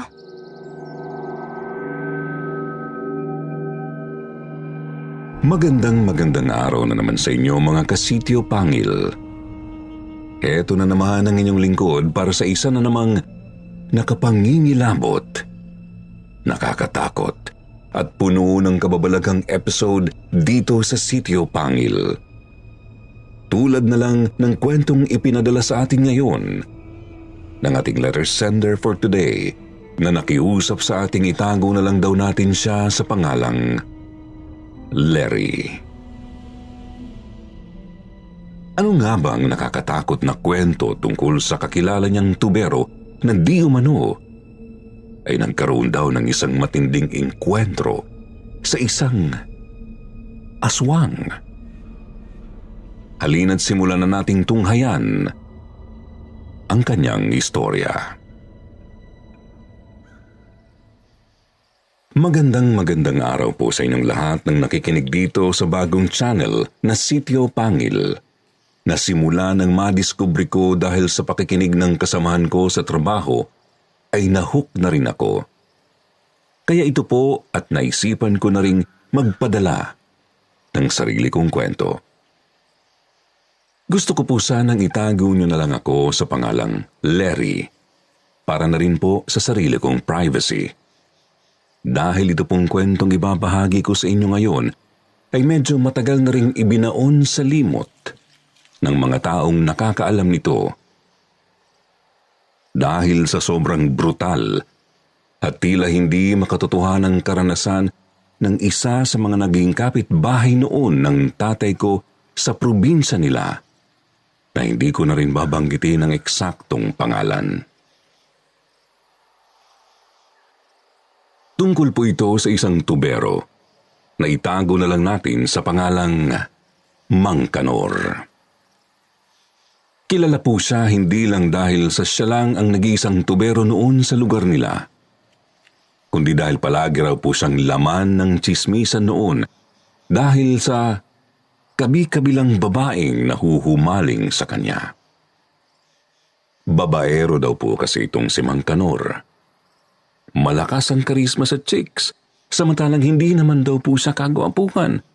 Bukod sa may edad na nga siya ng mga panahong yun na binata pa ang tatay ko. Kaya nga po marami raw sa kanilang nagtataka kung bakit hanggang ngayon ay wala pa rin itong asawa. Hanggang sa nagkaroon daw po ng isang matinding engkwentro sa isang nilalang na tinatawag niyang halimaw, si Mang Kanor. Dahil na rin po sa pagiging babaero niya. Hayaan niyo po sana akong isalaysay ito sa inyo sa point of view ni Mang Kanor. Kung paano niya ikinuwento noon sa tatay ko ang karanasan niya. Babaero ako, aminado ako doon. Kaya nga binansagan akong tirador ng matrona dito sa amin eh. Kilalang kilala ang pangalang Mang Kanor dahil sa reputasyon kong yon. Mahilig kasi talaga ako sa babae. Laruan ang tingin ko sa kanila. Tapos hilig na hilig ko pa noon ay yung may mga asawa. O di kaya mga byuda na. Sila kasi yung madadaling akitin. Sila yung pinakamadadaling bumigay. Hindi naman ako kagwapuhan pero makarisma ako at magaling akong mag-alaga kaya nga marami talagang babaeng bumibigay sa akin. Mahilig din ako sa magaganda, sa mapuputi at sa mga sexy. Yan ang tipo kong babae na talagang pinanggigigilan ko. Kaya nga pagkakita ko pa lang kay Rosana, yung magandang bagong lipad dyan sa bahay na nasa bandang dulo ng purok namin, ay talagang nahumaling agad ako sa kanya. Halos maglaway ako sa tuwing makikita ko siya. Kahit madalas, ang suot niya lang ay mahahabang bestidang hanggang ilalim ng tuhod ang haba. Halos hindi siya magpakita ng balat. Palaging balot na balot sa damit. Pero talagang nangingibabaw pa rin ang ganda niya. Mistisa kasi itong si Rosana eh. Balingkinitan pa ang katawan. Tapos parang ang kinis-kinis pa ng balat. Ang ganda-ganda rin ng mukha niya. Mukha siyang anghel. Kaya nga sa tuwing titingin ako sa kanya, para na akong nakakaramdam ng sobrang pag-iinit. Kahit na alam ko namang may asawa na siya at anak. Kako, yun nga ang masaya eh. Masarap ang bawal. Ang problema ko na lang noon, paano ko maaakit itong si Rosana kagaya ng iba pang mga naging babae ko noon? Pagkakataon lang din talaga ang kailangan ko. Mapapasa akin agad yang si Rosana. Madali lang ka kuya makuha, sabi ko pa sa sarili ko. Hanggang isang araw, nagulat na lang ako kasi biglang may kumatok sa pintuan ng bahay ko. Nakilala ko agad yung bata. Nung madungawan ko siya sa pintuan, anak yun ni Rosana. Mga 8 taon pa lang siguro tong bata pero halata agad na magiging napakagandang babae nito kapag nagdalaga. Sabi sa akin na ipinatatawag daw ako ng nanay niya dahil barado raw yung tubo nila sa lababo. Kung alam niyo lang kung gaano kalawak ang isip ko noon, gusto kong magtatalon sa sobrang tuwa dahil ito na yun. Yung hinihintay kong pagkakataon, ito na yun. Pero pinigilan ko ang sarili ko. Tapos sinabi ko dun sa bata na susunod na lang ako sa kanila. Naligo muna ako. Nagpagwapo para kahit papano presentable ako kapag humarap ako kay Rosana mamaya. Kinuha ko yung pabango na madalas kong gamitin. Yung pabangong ipinatimpla ko pa noon kay Caminda na dati kong regular na kliyente nung binata pa ako. Yung pabangong yun talaga ang sekreto ko. Kaya malakas ang karisma ko sa babae. May gayuma kasi yun dahil si Caminda magaling namang kukulam yun at ako lang ang nakakaalam ng tungkol doon. Kaya nga ibinigay sa akin yun eh. Tinitipid-tipid ko pa man din yun kasi nga huling bote ko na yun. 1 taon na rin kasing patay si Caminda kaya wala nang magsusupply sa akin noon. Pero dahil kay Rosana, napilitan talaga akong gamitin yun kahit paubos na. Gustong-gusto ko talaga kasi siyang makuha. Iba rin talaga ang karisma ni Rosana. Sa lahat ng babaeng nagustuhan ko, parang siya talaga ang pinakamaganda. Sabi ko pa sa sarili ko noon, kapag nakuha ko siya, hindi ko na siya pakakawalan. Baka nga ako siya pa ang asawahin ko. Sobrang ganda niya talaga. Nakakasabik kahit titigan mo lang. Ang swerte-swerte ka ako ng asawa niya. Nakakainggit siya. Pagdating ko sa bahay ni Rosana, alam ko agad na naaamoy niya na ang pabango ko dahil pinuri niya ako nung nagkita kaming dalawa. Ang bango-bango ko raw. Sinabi niya sa akin nang nakangiti. Tinanong niya pa nga ako kung anong ginagamit kong pabango eh. Pero nagsinungaling ako noon at sinabi kong, wala. Natural ko lang kakong amoy yun. Tapos kinindatan ko siya. Halatang kinilig si Rosana. Ngumiti siya sa akin eh. Ang ganda-ganda tuloy niya lalo. Kaya nag-init na naman ang pakiramdam ko sa kanya. Nandun lang kasi ang anak niya. Kaya hindi ako makapurma. Doon na lang muna sa ipinapagawa ni Rosana ko itinuon ang atensyon ko. Alam ko kasi na hindi pa rin naman yun ang magiging huling beses na magkikita kaming dalawa. Iba ang tingin sa akin ni Rosana. Una pa lang kaming magkatitigan nung dumating sila dito sa amin, pakiramdam ko. Ayaw lang niya akong patulan kasi nga masyado siyang loyal doon sa asawa niya. Pero talagang gustong-gusto ko siya. At alam kong makukuha ko rin siya kung hindi agad ako susuko sa kanya. May alas ako. Madali lang sa akin ang babae. Lalo na kapag ginusto ko. At hindi nga ako nagkamali. Ang unang beses na pagpapatawag na yun sa akin ni Rosana, nasundan pa ulit ng nasundan.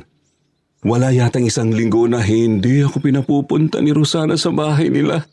Lalo na kapag wala ang asawa niya. Nagtatrabaho raw kasi yun sa isang punerarya. Kaya palagi ring wala sa bahay. Hindi ko lang alam kung anong trabaho dahil wala naman akong pakialam sa kanya. Si Rosana lang naman kasi ang habol ko. Sa mga pagkakataong yun kami lalong naging malapit sa isa't isa. Nagsimula kami sa mga simpleng harutan hanggang sa unti-unti na talaga kaming nagkakaroon ng pagkakaintindihang dalawa. Umabot na rin kami sa punto na nagyayakapan na kami. Naghahawakan. Hanggang sa meron na ring nangyayaring mas malalim pa sa mga simpleng ganun lang. Basta, sa madaling salita, naging magkarelasyon kami ni Rosana. Niloloko namin ang asawa niya na parang hindi rin naman nagsasalita. Parang patay na naglalakad yun kapag nasa bahay. Palaging walang reaksyon. Walang emosyon. Palagi ring tulog sa umaga eh. Kaya naiiputan na sa ulo. Wala pa rin kaalam-alam. Ang anak naman nila ganon din. Magandang bata nga pero mailap. Hindi nakikihalubilo sa labas. Pagkagaling sa eskwela, palagi nang nagkukulong sa kwarto. Nagtataka ako kung bakit sila ganon nung una. Pero hindi na ako nagtanong pa. Babaero lang ako pero hindi ako tsismoso. Hindi rin naman nagtataka ang asawa ni Rosana sa tuwing aabutan niya ako sa bahay nila. Sa totoo lang kasi palagi naman talagang sira ang mga tubo nila sa bahay noon. Palaging barado ng sandamakmak na buhok. Hindi ko alam kung saan nanggagaling. Minsan mahaba, minsan naman may iksi lang yung buhok. Merong unat, meron ding mga kulot. Di ko alam kung saan galing lahat yun. Imposible naman kung sa pamilya lang nila yun, di ba? Ang naiisip ko naman noon, baka kako sinasadya ni Rosana na lagyan palagi ng bara yun para magkaroon siya ng dahilan na papuntahin ako sa kanila. Baka yun ang paraan niya para walang magtaka kung bakit palagi akong nagpupunta sa kanila. Kaya nga hindi na ako nagrereklamo. Basta kung anong ipagawa niya sa akin, ginagawa ko na lang. Ang mahalaga, matuloy namin yung bawal na pag-ibig naming dalawa. Ang mahalaga, makuha ko ang gusto ko kay Rosana. Siguro tumagal din ng halos ilang araw ang bawal na relasyon namin ni Rosana noon. Bago ako nagsimulang mawirduhan sa kanya. May mga pagkakataon kasi, lalo na kapag kaming dalawa lang ang magkasama, biglang-bigla na lang akong magugulat sa mga kilos niya. Kagaya na lang nung isang beses, habang nag-aayos ako noon sa banyo nila, ay hindi ko naramdamang bigla na lang palang lumapit sa akin si Rosana. Nalaman ko na lang na nandoon siya sa likod ko nung biglang-bigla na lang niyang binilaan ang batok ko samantalang tumatagaktak noon ang pawis ko. Sabi niya sa akin, ang bango-bango ko raw. Kung hindi nga lang dumating ang anak niya galing eskwelahan, malamang may bakbakan ang nangyari sa aming dalawa noon.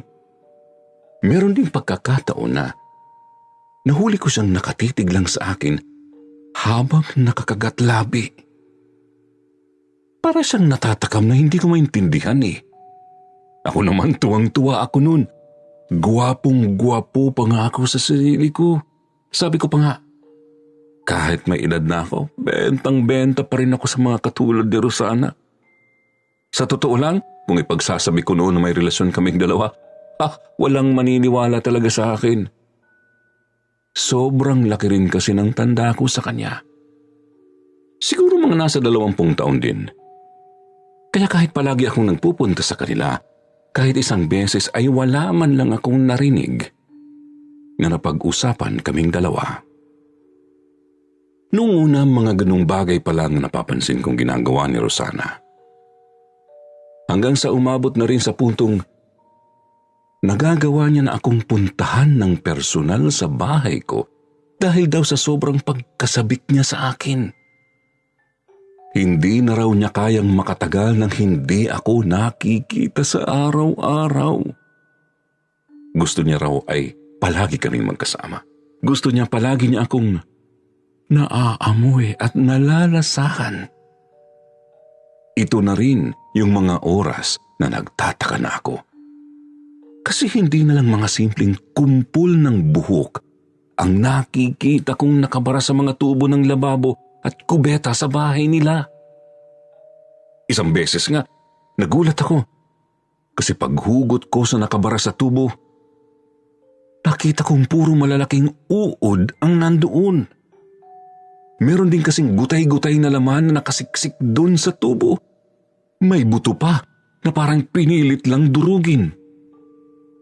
Kaya lang bakit kakahilaw? Bakit hindi luto? Tapos pinilit ng isiksik sa lababo. Biglang umalingasaw sa buong bahay nila yung sobrang mabahong amoy ng nabubulok na laman. Nakakasulasok kaya halos hindi ko matagalan. Kinailangan kong balutan ng damit ang mukha ko para hindi ko yun masyadong maamoy. Pero sa totoo lang, halos hindi ko masikmura yun. Hindi ko nga alam kung bakit pero habang ginagawa ko yun, parang bigla akong kinabahan ng oras na yun. Parang may kung anong bumubulong sa isip ko na umalis na ako doon at wag nang ituloy ang ginagawa ko. Hindi talaga ako noon mapakali eh. Sinubukan kong itanong kay Rosana kung bakit palaging barado ang lababo nila. Pero muntik lang kaming mag-away dahil doon. Ang sabi niya sa akin, gumagawa lang daw siya ng paraan para pareho pa rin kaming magkaroon ng dahilan para ipagpatuloy ang relasyon namin. Huwag na raw akong kung ano-ano pang sinasabi at itinatanong. Sabi pa sa akin ni Rosana, baka raw nagsasawa na ako sa kanya, kaya ganun ako. Siyempre ako noon natakot na baka nga bigla siyang umayaw sa relasyon namin, kaya humingi na lang ako ng tawad at sinuyo ko siya. Simula noon hindi ko na lang inulit ang paghihinala at nagpatuloy ulit ako sa pagsunod ko sa lahat ng mga gusto niya. Parang ako yata ang nagayuma hindi siya. Aaminin ko na sobra talaga akong nahumaling kay Rosana, kaya sobrang naging bulag ako sa mga nakikita kong senyales na meron talagang kakaibang nangyayari sa kanya. Inuna ko ang marumi kong utak at ang makatikong katawan. Hindi ko naisip na pwede pala akong makarma sa ginagawa ko. Dito na rin yung mga oras na nagsisimula na akong makaramdam ng mga kakaibang bagay kahit wala ako kina Rosana. Mga bagay na kakaiba at hindi ko naman nararanasan noon. Hating gabi noon, nasa kahimbingan na ako ng tulog ko. Nang bigla na lang may kumalabog na napakalakas sa bubong ng bahay ko. Kitang-kita ko rin noon na parang lumulundo yung yero sa bawat paghakbang ng kung sino mang naglalakad doon. Naalimpungatan lang ako noon kaya sobrang nagulat ako. Napabalikwas ako ng bangon tapos tumakbo ako sa bintana para sumilip. Dinig na dinig ko na may tumalon mula dun sa bubungan pababa. Hindi ko lang nakita kung sino, pero nakakita ako ng malaking aso na akala mo kasing laki na ng tao. Halos lumuwa ang mata ko noon sa sobrang gulat. Nanayo lahat ng balahibo ko sa katawan at parang nangapal ng matindi ang batok ko. Lalo na nang makita kong lumingon muna sa akin yung malaki at itim na asong yun bago siya tumakbo ulit, palayo. Bigla kong isinarado yung bintana hanggang sa maya-maya. Nakarinig naman ako ng mga katok sa pintuan ng bahay ko.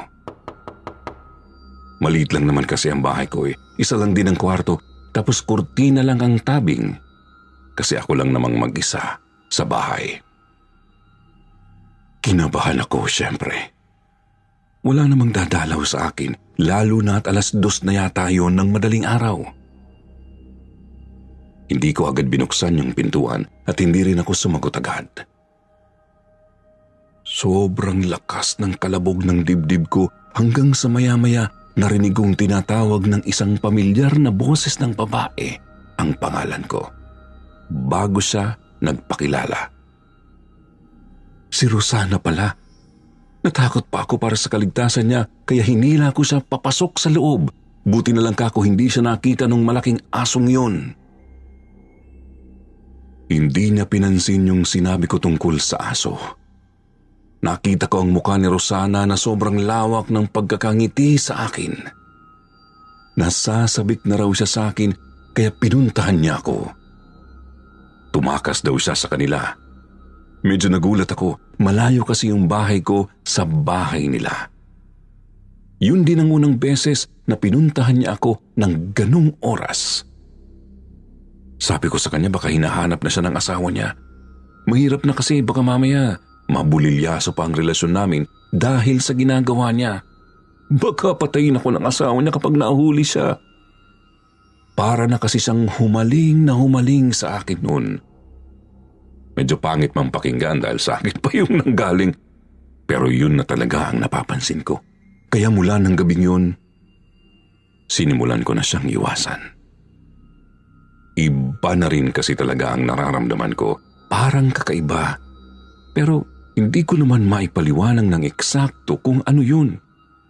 Basta simula nung gabing yun, palagi na rin kasi akong kinakabahan. Nag-iisip ako kung ano-anong bagay sa gabi. Akala ko nga nakukonsensya lang ako pero ngayon pa na medyo lumalalim na ang relasyon namin ni Rosana at sa dami ng babaeng naging karelasyon ko, bakit ngayon lang ako nakaramdam ng ganun? Alam kong galit sa akin si Rosana. Minsan kapag nagkakasalubong kami sa daan, nakikita ko na masama ang tingin niya sa akin. Pero hindi naman siya nagsasalita. Nagpupunta pa rin naman ako sa kanila noon lalo na kapag nasasabik ako sa babae. Siya kasi ang pinakamadaling akitin sa lahat. Sanay na rin naman ako sa kanya kaya lang minsan nasasakal lang talaga ako kaya iniiwasan ko siya. Hindi ko naman alam na iba na pala ang epekto kapag ginagawa ko yun sa kanya eh. Mabaliw-baliw na pala siya. Wala pa akong kaalam-alam. Hanggang isang araw. Nanaginip ako. Ipinatawag daw ulit ako ni Rosana sa anak niya isang araw. Sira na naman daw kasi ang lababo nila at kailangan ko na namang ayusin. Pinagbigyan ko naman siya. Total ka ako ay papasok na rin noon yung bata. Marami kaming oras na pwedeng ilaan ni Rosana para sa isa't isa. Pagpasok ko sa loob ng bahay nila, narinig ko agad na lumalagaslas yung tubig sa banyo. Sa panaginip kong yun, napangisi ako. Sa isip-isip ko mukhang inaakit agad ako ni Rosana. Dahan-dahan tuloy akong naglakad noon. Inilapag ko yung mga gamit ko dun sa may pintuan ng banyo bago ko biglang binuksan ang pintuan niya. Tapos sumilip ako. Dun ako nagulat kasi nakita ko talagang naliligo si Rosana na walang saplot ang buong katawan niya. Kinilabutan ang buong katawan ko kasi hindi naman siya sa tubig naliligo kundi sa dugo ng lalaking yun na wakwak ang tiyan habang nakasabit sa kisame ng banyo. Lawlaw ang bituka, hinihila pa nga yun ni Rosana at hinihilamos sa sarili niya. Para siyang sarap na sarap sa ginagawa niya. Tinitikman niya pa yun bago niya raw ako tiningnan ng nakangiti. Tapos hinaalok niya raw akong samahan siya sa paliligo. Nagtatakbo raw ako noon palabas pero hinabol niya raw ako hanggang sa bigla na lang akong naalimpungatan kasi merong biglang yumugyug sa akin. Si Rosana. Talagang napabalikwas ako ng bangon galing dun sa kama. Tinanong ko siya kung ano ba ang ginagawa niya sa kwarto ko. Bigla naman siyang sumimangot. Tinatanong niya ako kung bakit daw ganun ko siya pakitunguhan. Saka bakit parang nag-iiba na raw ang amoy ko. Nagpalit daw ba ako ng pabango o ginagamit na sabon sa katawan? Doon naman ako natauhan. Naalala kong hindi pala ako nakapagpabango. Dali-dali tuloy akong naligo noon. Pagkatapos, magpapabango na ulit sana ako kaya lang bigla yung dumulas sa pagkakahawak ko. Natapon sa banyo ang pabangong bigay sa akin ni Caminda. Doon pa mismo sa loob ng kubeta. Naubos yun. Wala na akong ibang ganon kaya nataranta ako. Hindi ko alam ang gagawin ko hanggang sa bigla na lang nagsalita si Rosana sa likuran ko. Ang sabi niya sa akin, hayaan ko na raw yung natapon kong pabango. Mas mabango naman daw ako pag hindi ako gumagamit ng kahit na ano sa katawan ko. Mas mabango raw ako kapag napapawisan. Medyo kakaiba yung pagkakasabi niya noon. Parang may takam. Parang kaiba siya kung paano niya ako kausapin noon pero mas inisip ko pa rin ang kati ng katawan ko. Doon niya sinabi sa akin na magpunta raw ako sa bahay niya kasi umalis na raw ang asawa niya at anak. Pinaalis daw niya. Nagpaiwan daw siya kasi gusto niya akong makasama. Talagang hindi ako makapaniwala sa sinabing yun ni Rosana sa akin ng mga sandaling yun. Nabigla ako, pero natutuwa ako. Naisip ko siguro dahil sa tagal ko nang ginagamit yung gayuma kay Rosana, pagkakakutuluyan ang nahulog ang loob niya sa akin, kaya parang nahumaling siya. Sumama ako kay Rosana pauwi sa bahay niya. Sa pintuan pa lang, iba na ang kilos naming dalawa. Halatang sabik na kami sa isa't isa. Para siyang gutom na gutom sa akin. Hindi na siya mapakali. Tinanggalan na niya ako ng damit pang itaas. Hindi pa man kami tuluyang nakakapasok sa kwarto. Ako naman nun tuwang-tuwa. Lalaki ako eh. Kaya lang habang hinahalikan ko noon si Rosana, bigla na namang sumagi sa isip ko yung naging panaginip ko kanina. Biglang bumaliktad ang sikmura ko kaya naitulak ko siya. Kaya lang kinagat niya bigla ang labi ko. Napaaray ako ng malakas sa sobrang sakit noon. Dumugo pa nga yung parting yun eh. Pero imbis na manghingi ng tawad, nginitian pa ako ni Rosana ng malagkit. Parang nanunukso pa siya bago niya tinanggal yung mga damit na suot niya. Napanganga na naman ako. Aaminin ko. Kahinaan ko talaga ang babae. Ang puti-puti ni Rosana. Mukha siyang anghel. Hindi ko na nga namalaya na bigla na namang lumapit si Rosana sa akin. Tapos dinilaan niya yung dugo na tumulo galing sa labi ko. Napaatras pa ako noon. Kakaibang babae talaga kako siya. Hanggang sa bigla naman niya akong itinulak sa kama pagkatapos noon. Bumagsak ako sa higaan nila at doon hindi ko na naman mapigilang malanghap yung parang masangsang na amoy na nakadikit sa sapin ng higaang pinagbagsakan ko. Di ko tuloy na iwasang mapansin na yung kulay puti nilang sapin, napakarami palang mantsa. Parang yung mantsa ng matagal nang natuyong dugo. O baka ako mali lang ang iniisip ko noon dahil sa epekto ng panaginip kong hindi ko naman inisip na parang isa na palang pangitain o di kaya signos. Tuluyan na talaga akong nawalan ng gana noon sa ginagawa namin ni Rosana. Sabi ko sa kanya sa ibang araw na lang namin ituloy.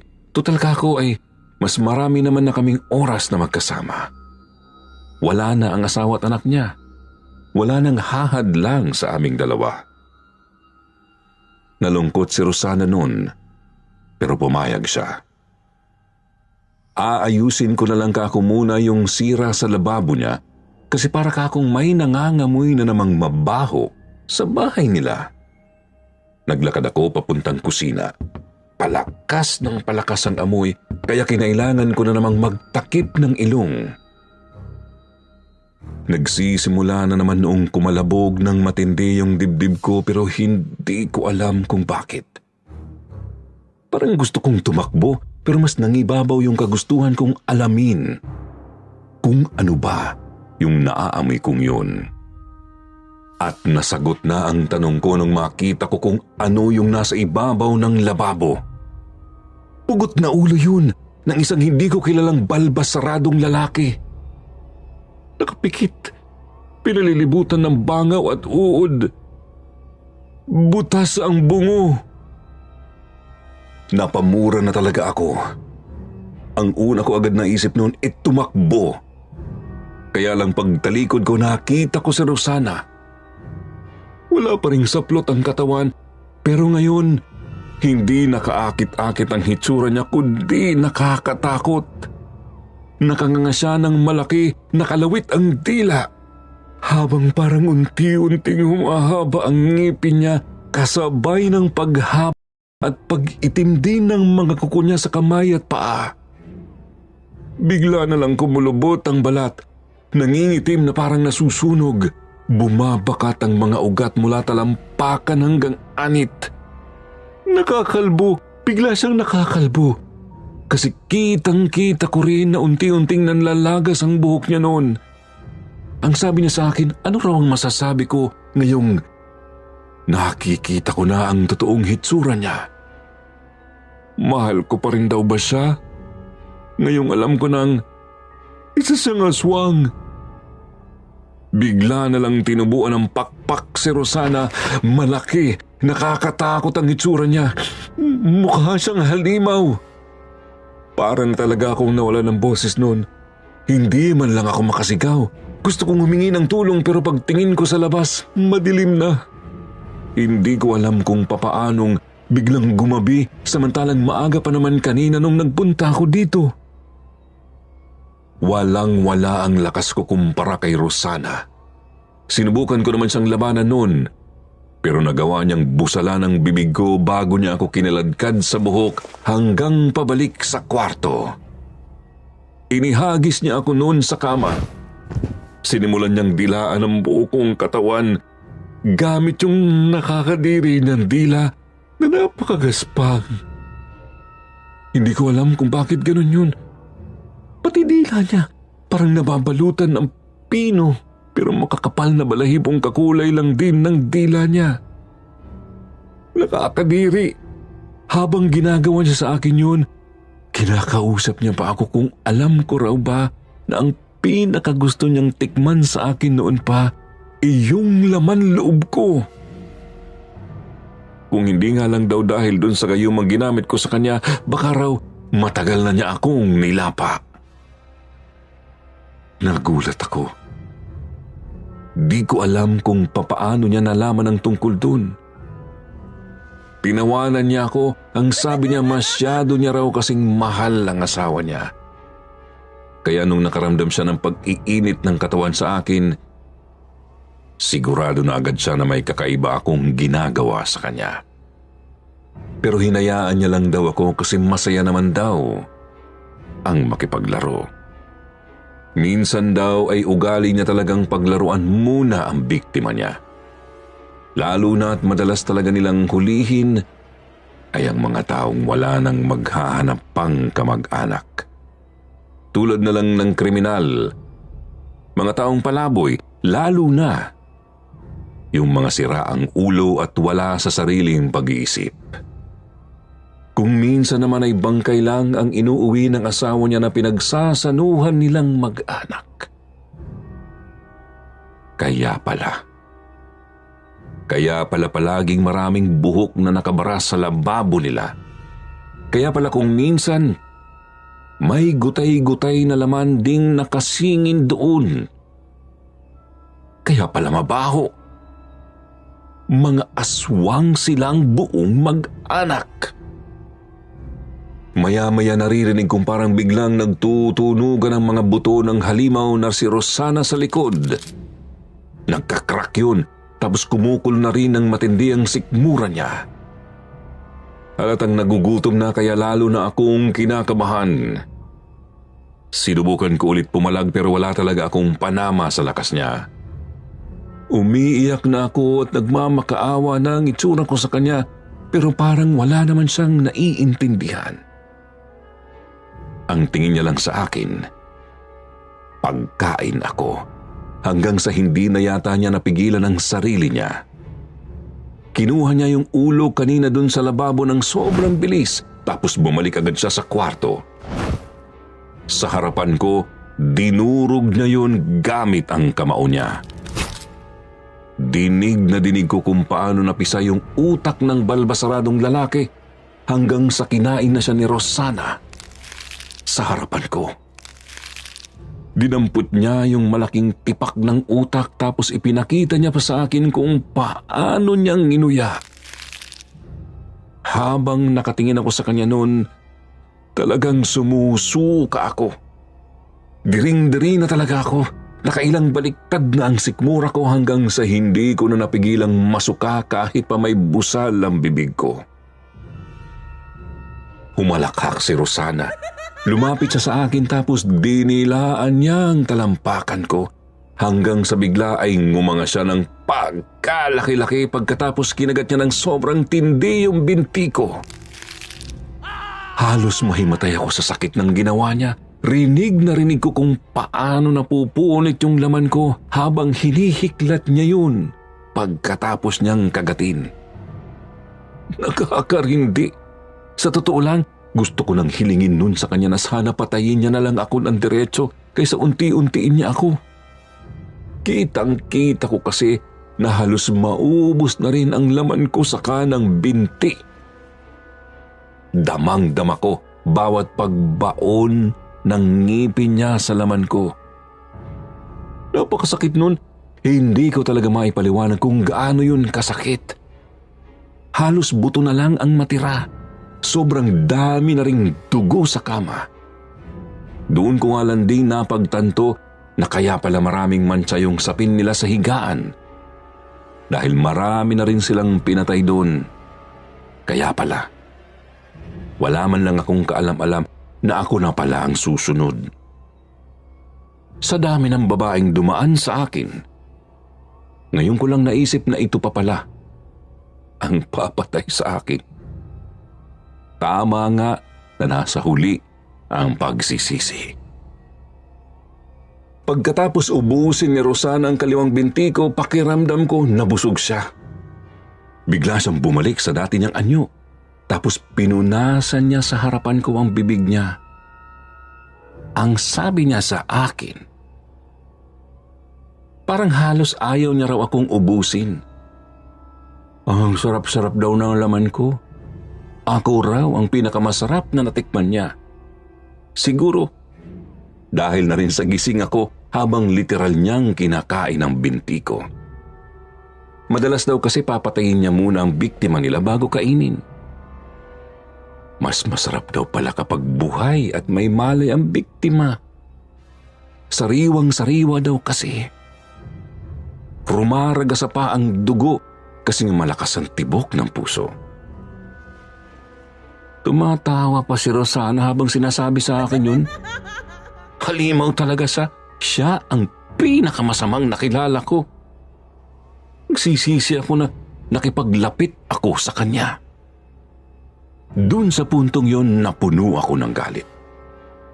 Sabi ko sa sarili ko, total papatayin na rin naman ako ang aswang na to. Kailangan kong gawin ang lahat para makalaban ako. Hanggang sa nakakita ako ng pagkakataon para biglang dambahin si Rosana nung maya-maya.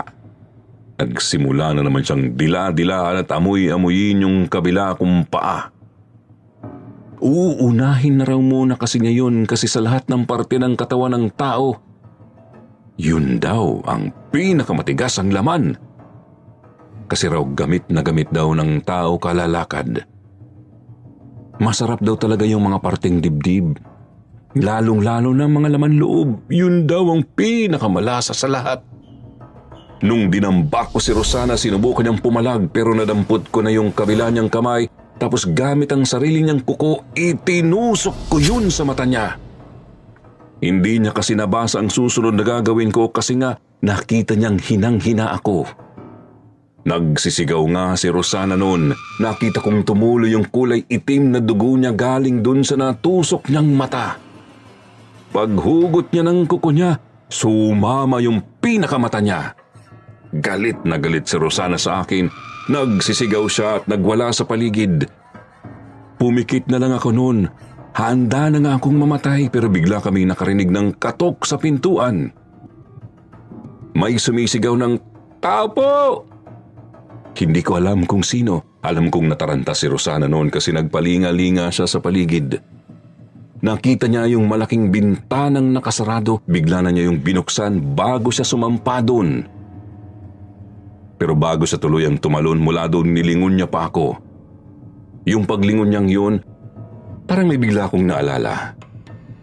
Ganon din kasi yung ginawa sa akin nung malaking asong nakita kong tumatakbo palayo nung gabing nakarinig ako ng malakas na yabag sa bubungan ko.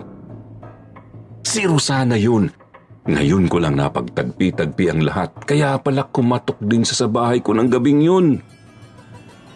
Hindi ko alam kung sino yung kumakatok pero pagkaalis ni Rosana, ginamit ko na lahat ng lakas ko para makasigaw ako ng malakas pagkatapos kong kalasin yung busal sa bibig ko. Sumigaw ako hanggang sa nakarinig ako ng mga yabag na papunta sa akin. Pumasok yung katiwala ni Aling Minda na siyang may-ari ng paupahang nirerentahan ni na Rosana. Gulat na gulat nang makitang halos maubusan na ako ng dugo. Wala na putla na ako nun. Para na raw akong lantang gulay nang makita niya ako, pati na rin yung ibang parte ng durog na ulo na nasa sahig. Natapakan niya pa nga yung isang tenga na tumalsik kanina. Kahit siya, bumaliktad ang sikmura sa nakita niyang sitwasyon doon. Sumuka siya sa harapan ko at nagsimulang magsisigaw para tumawag ng tulong.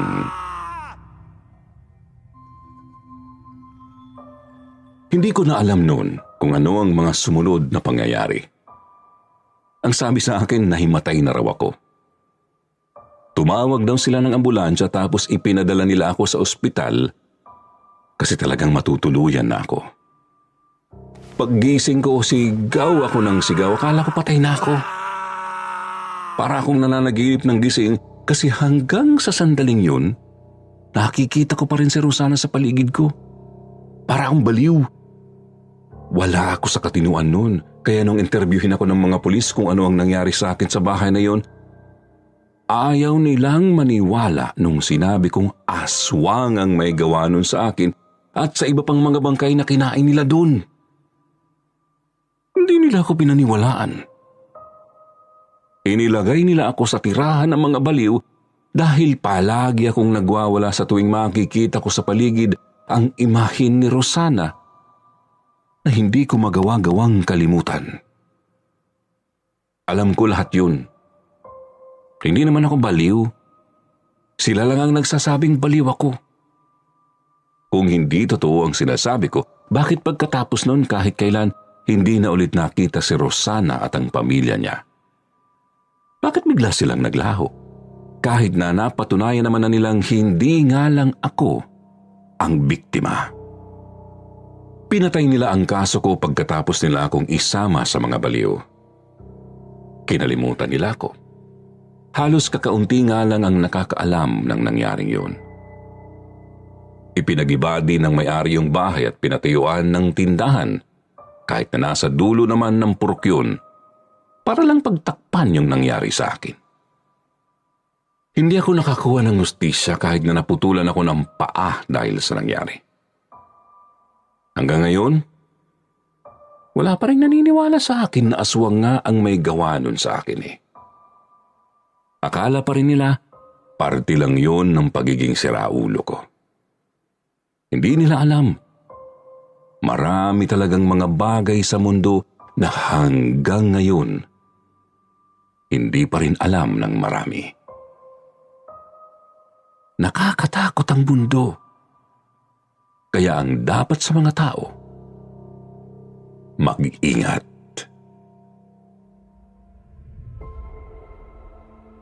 Sir Jupiter, ang sabi po sa akin ng tatay ko, kaya raw kakaunti lang ang nakakaalam ng kwentong to kasi bukod sa gabi ito nangyari, halos magkakalayo pa raw ang bahay nila noon. At yung landlady na may-ari ng bahay na tinirhan ni Rosana, maimpluwensyang tao sa lugar nila. Pilit daw nitong pinagtakpan yung bali-balitang may tumirang aswang dun sa property niya para hindi raw bumaba ang presyo ng lupa niya. Bukod doon, wala na rin naman daw pong masyadong lumalapit noon kay Mang Kanor dahil nga sa bali-balitang may sira na ito sa ulo. Matanda na rin daw talaga si Mang Kanor nung lumabas ito sa mental hospital bukod pa sa putol ang paa niya. Mabuti na nga lang at may mga kapitbahay pa rin siyang nagmamalasakit sa kanya kaya kahit papaano, nakakasurvive siya noon sa pang-araw-araw niyang gastusin kahit na wala na siya halos pinagkakakitaan. Bukod dun sa paupahan niyang naipundar niya bago pa man niya makilala si Rosana. Isa po si tatay sa mga naging malapit kay Mang Kanor noong pagkalabas niya ng mental. Dahil naaawa raw si tatay sa kanya noon. Palagi nitong ipinag-iigib ang matanda. Binata na si tatay noon pero madalas pa rin daw siyang kwentuhan ni Mang Kanor tungkol sa totoong nangyari sa kanya noong araw. Sabi ni tatay naniniwala raw siya kay Mang Kanor. Totoo naman daw kasing may mga ibang nilalang sa mundo na hindi natin alam. Ay kasama pala at nakakasalamuha pa natin sa araw-araw. Katulad na lang ng pamilya ni Rosana, na mukhang mga normal na tao lang sa umaga pero ang totoo ay may itinatago palang kakaibang mga sikretong totoong nakakapangilabot ng katawan. Hindi ko na po naabutan si Mang Kanor, Sir Jupiter. Namatay daw po siya bago pa ako ipinanganak sa edad niyang 85 years old.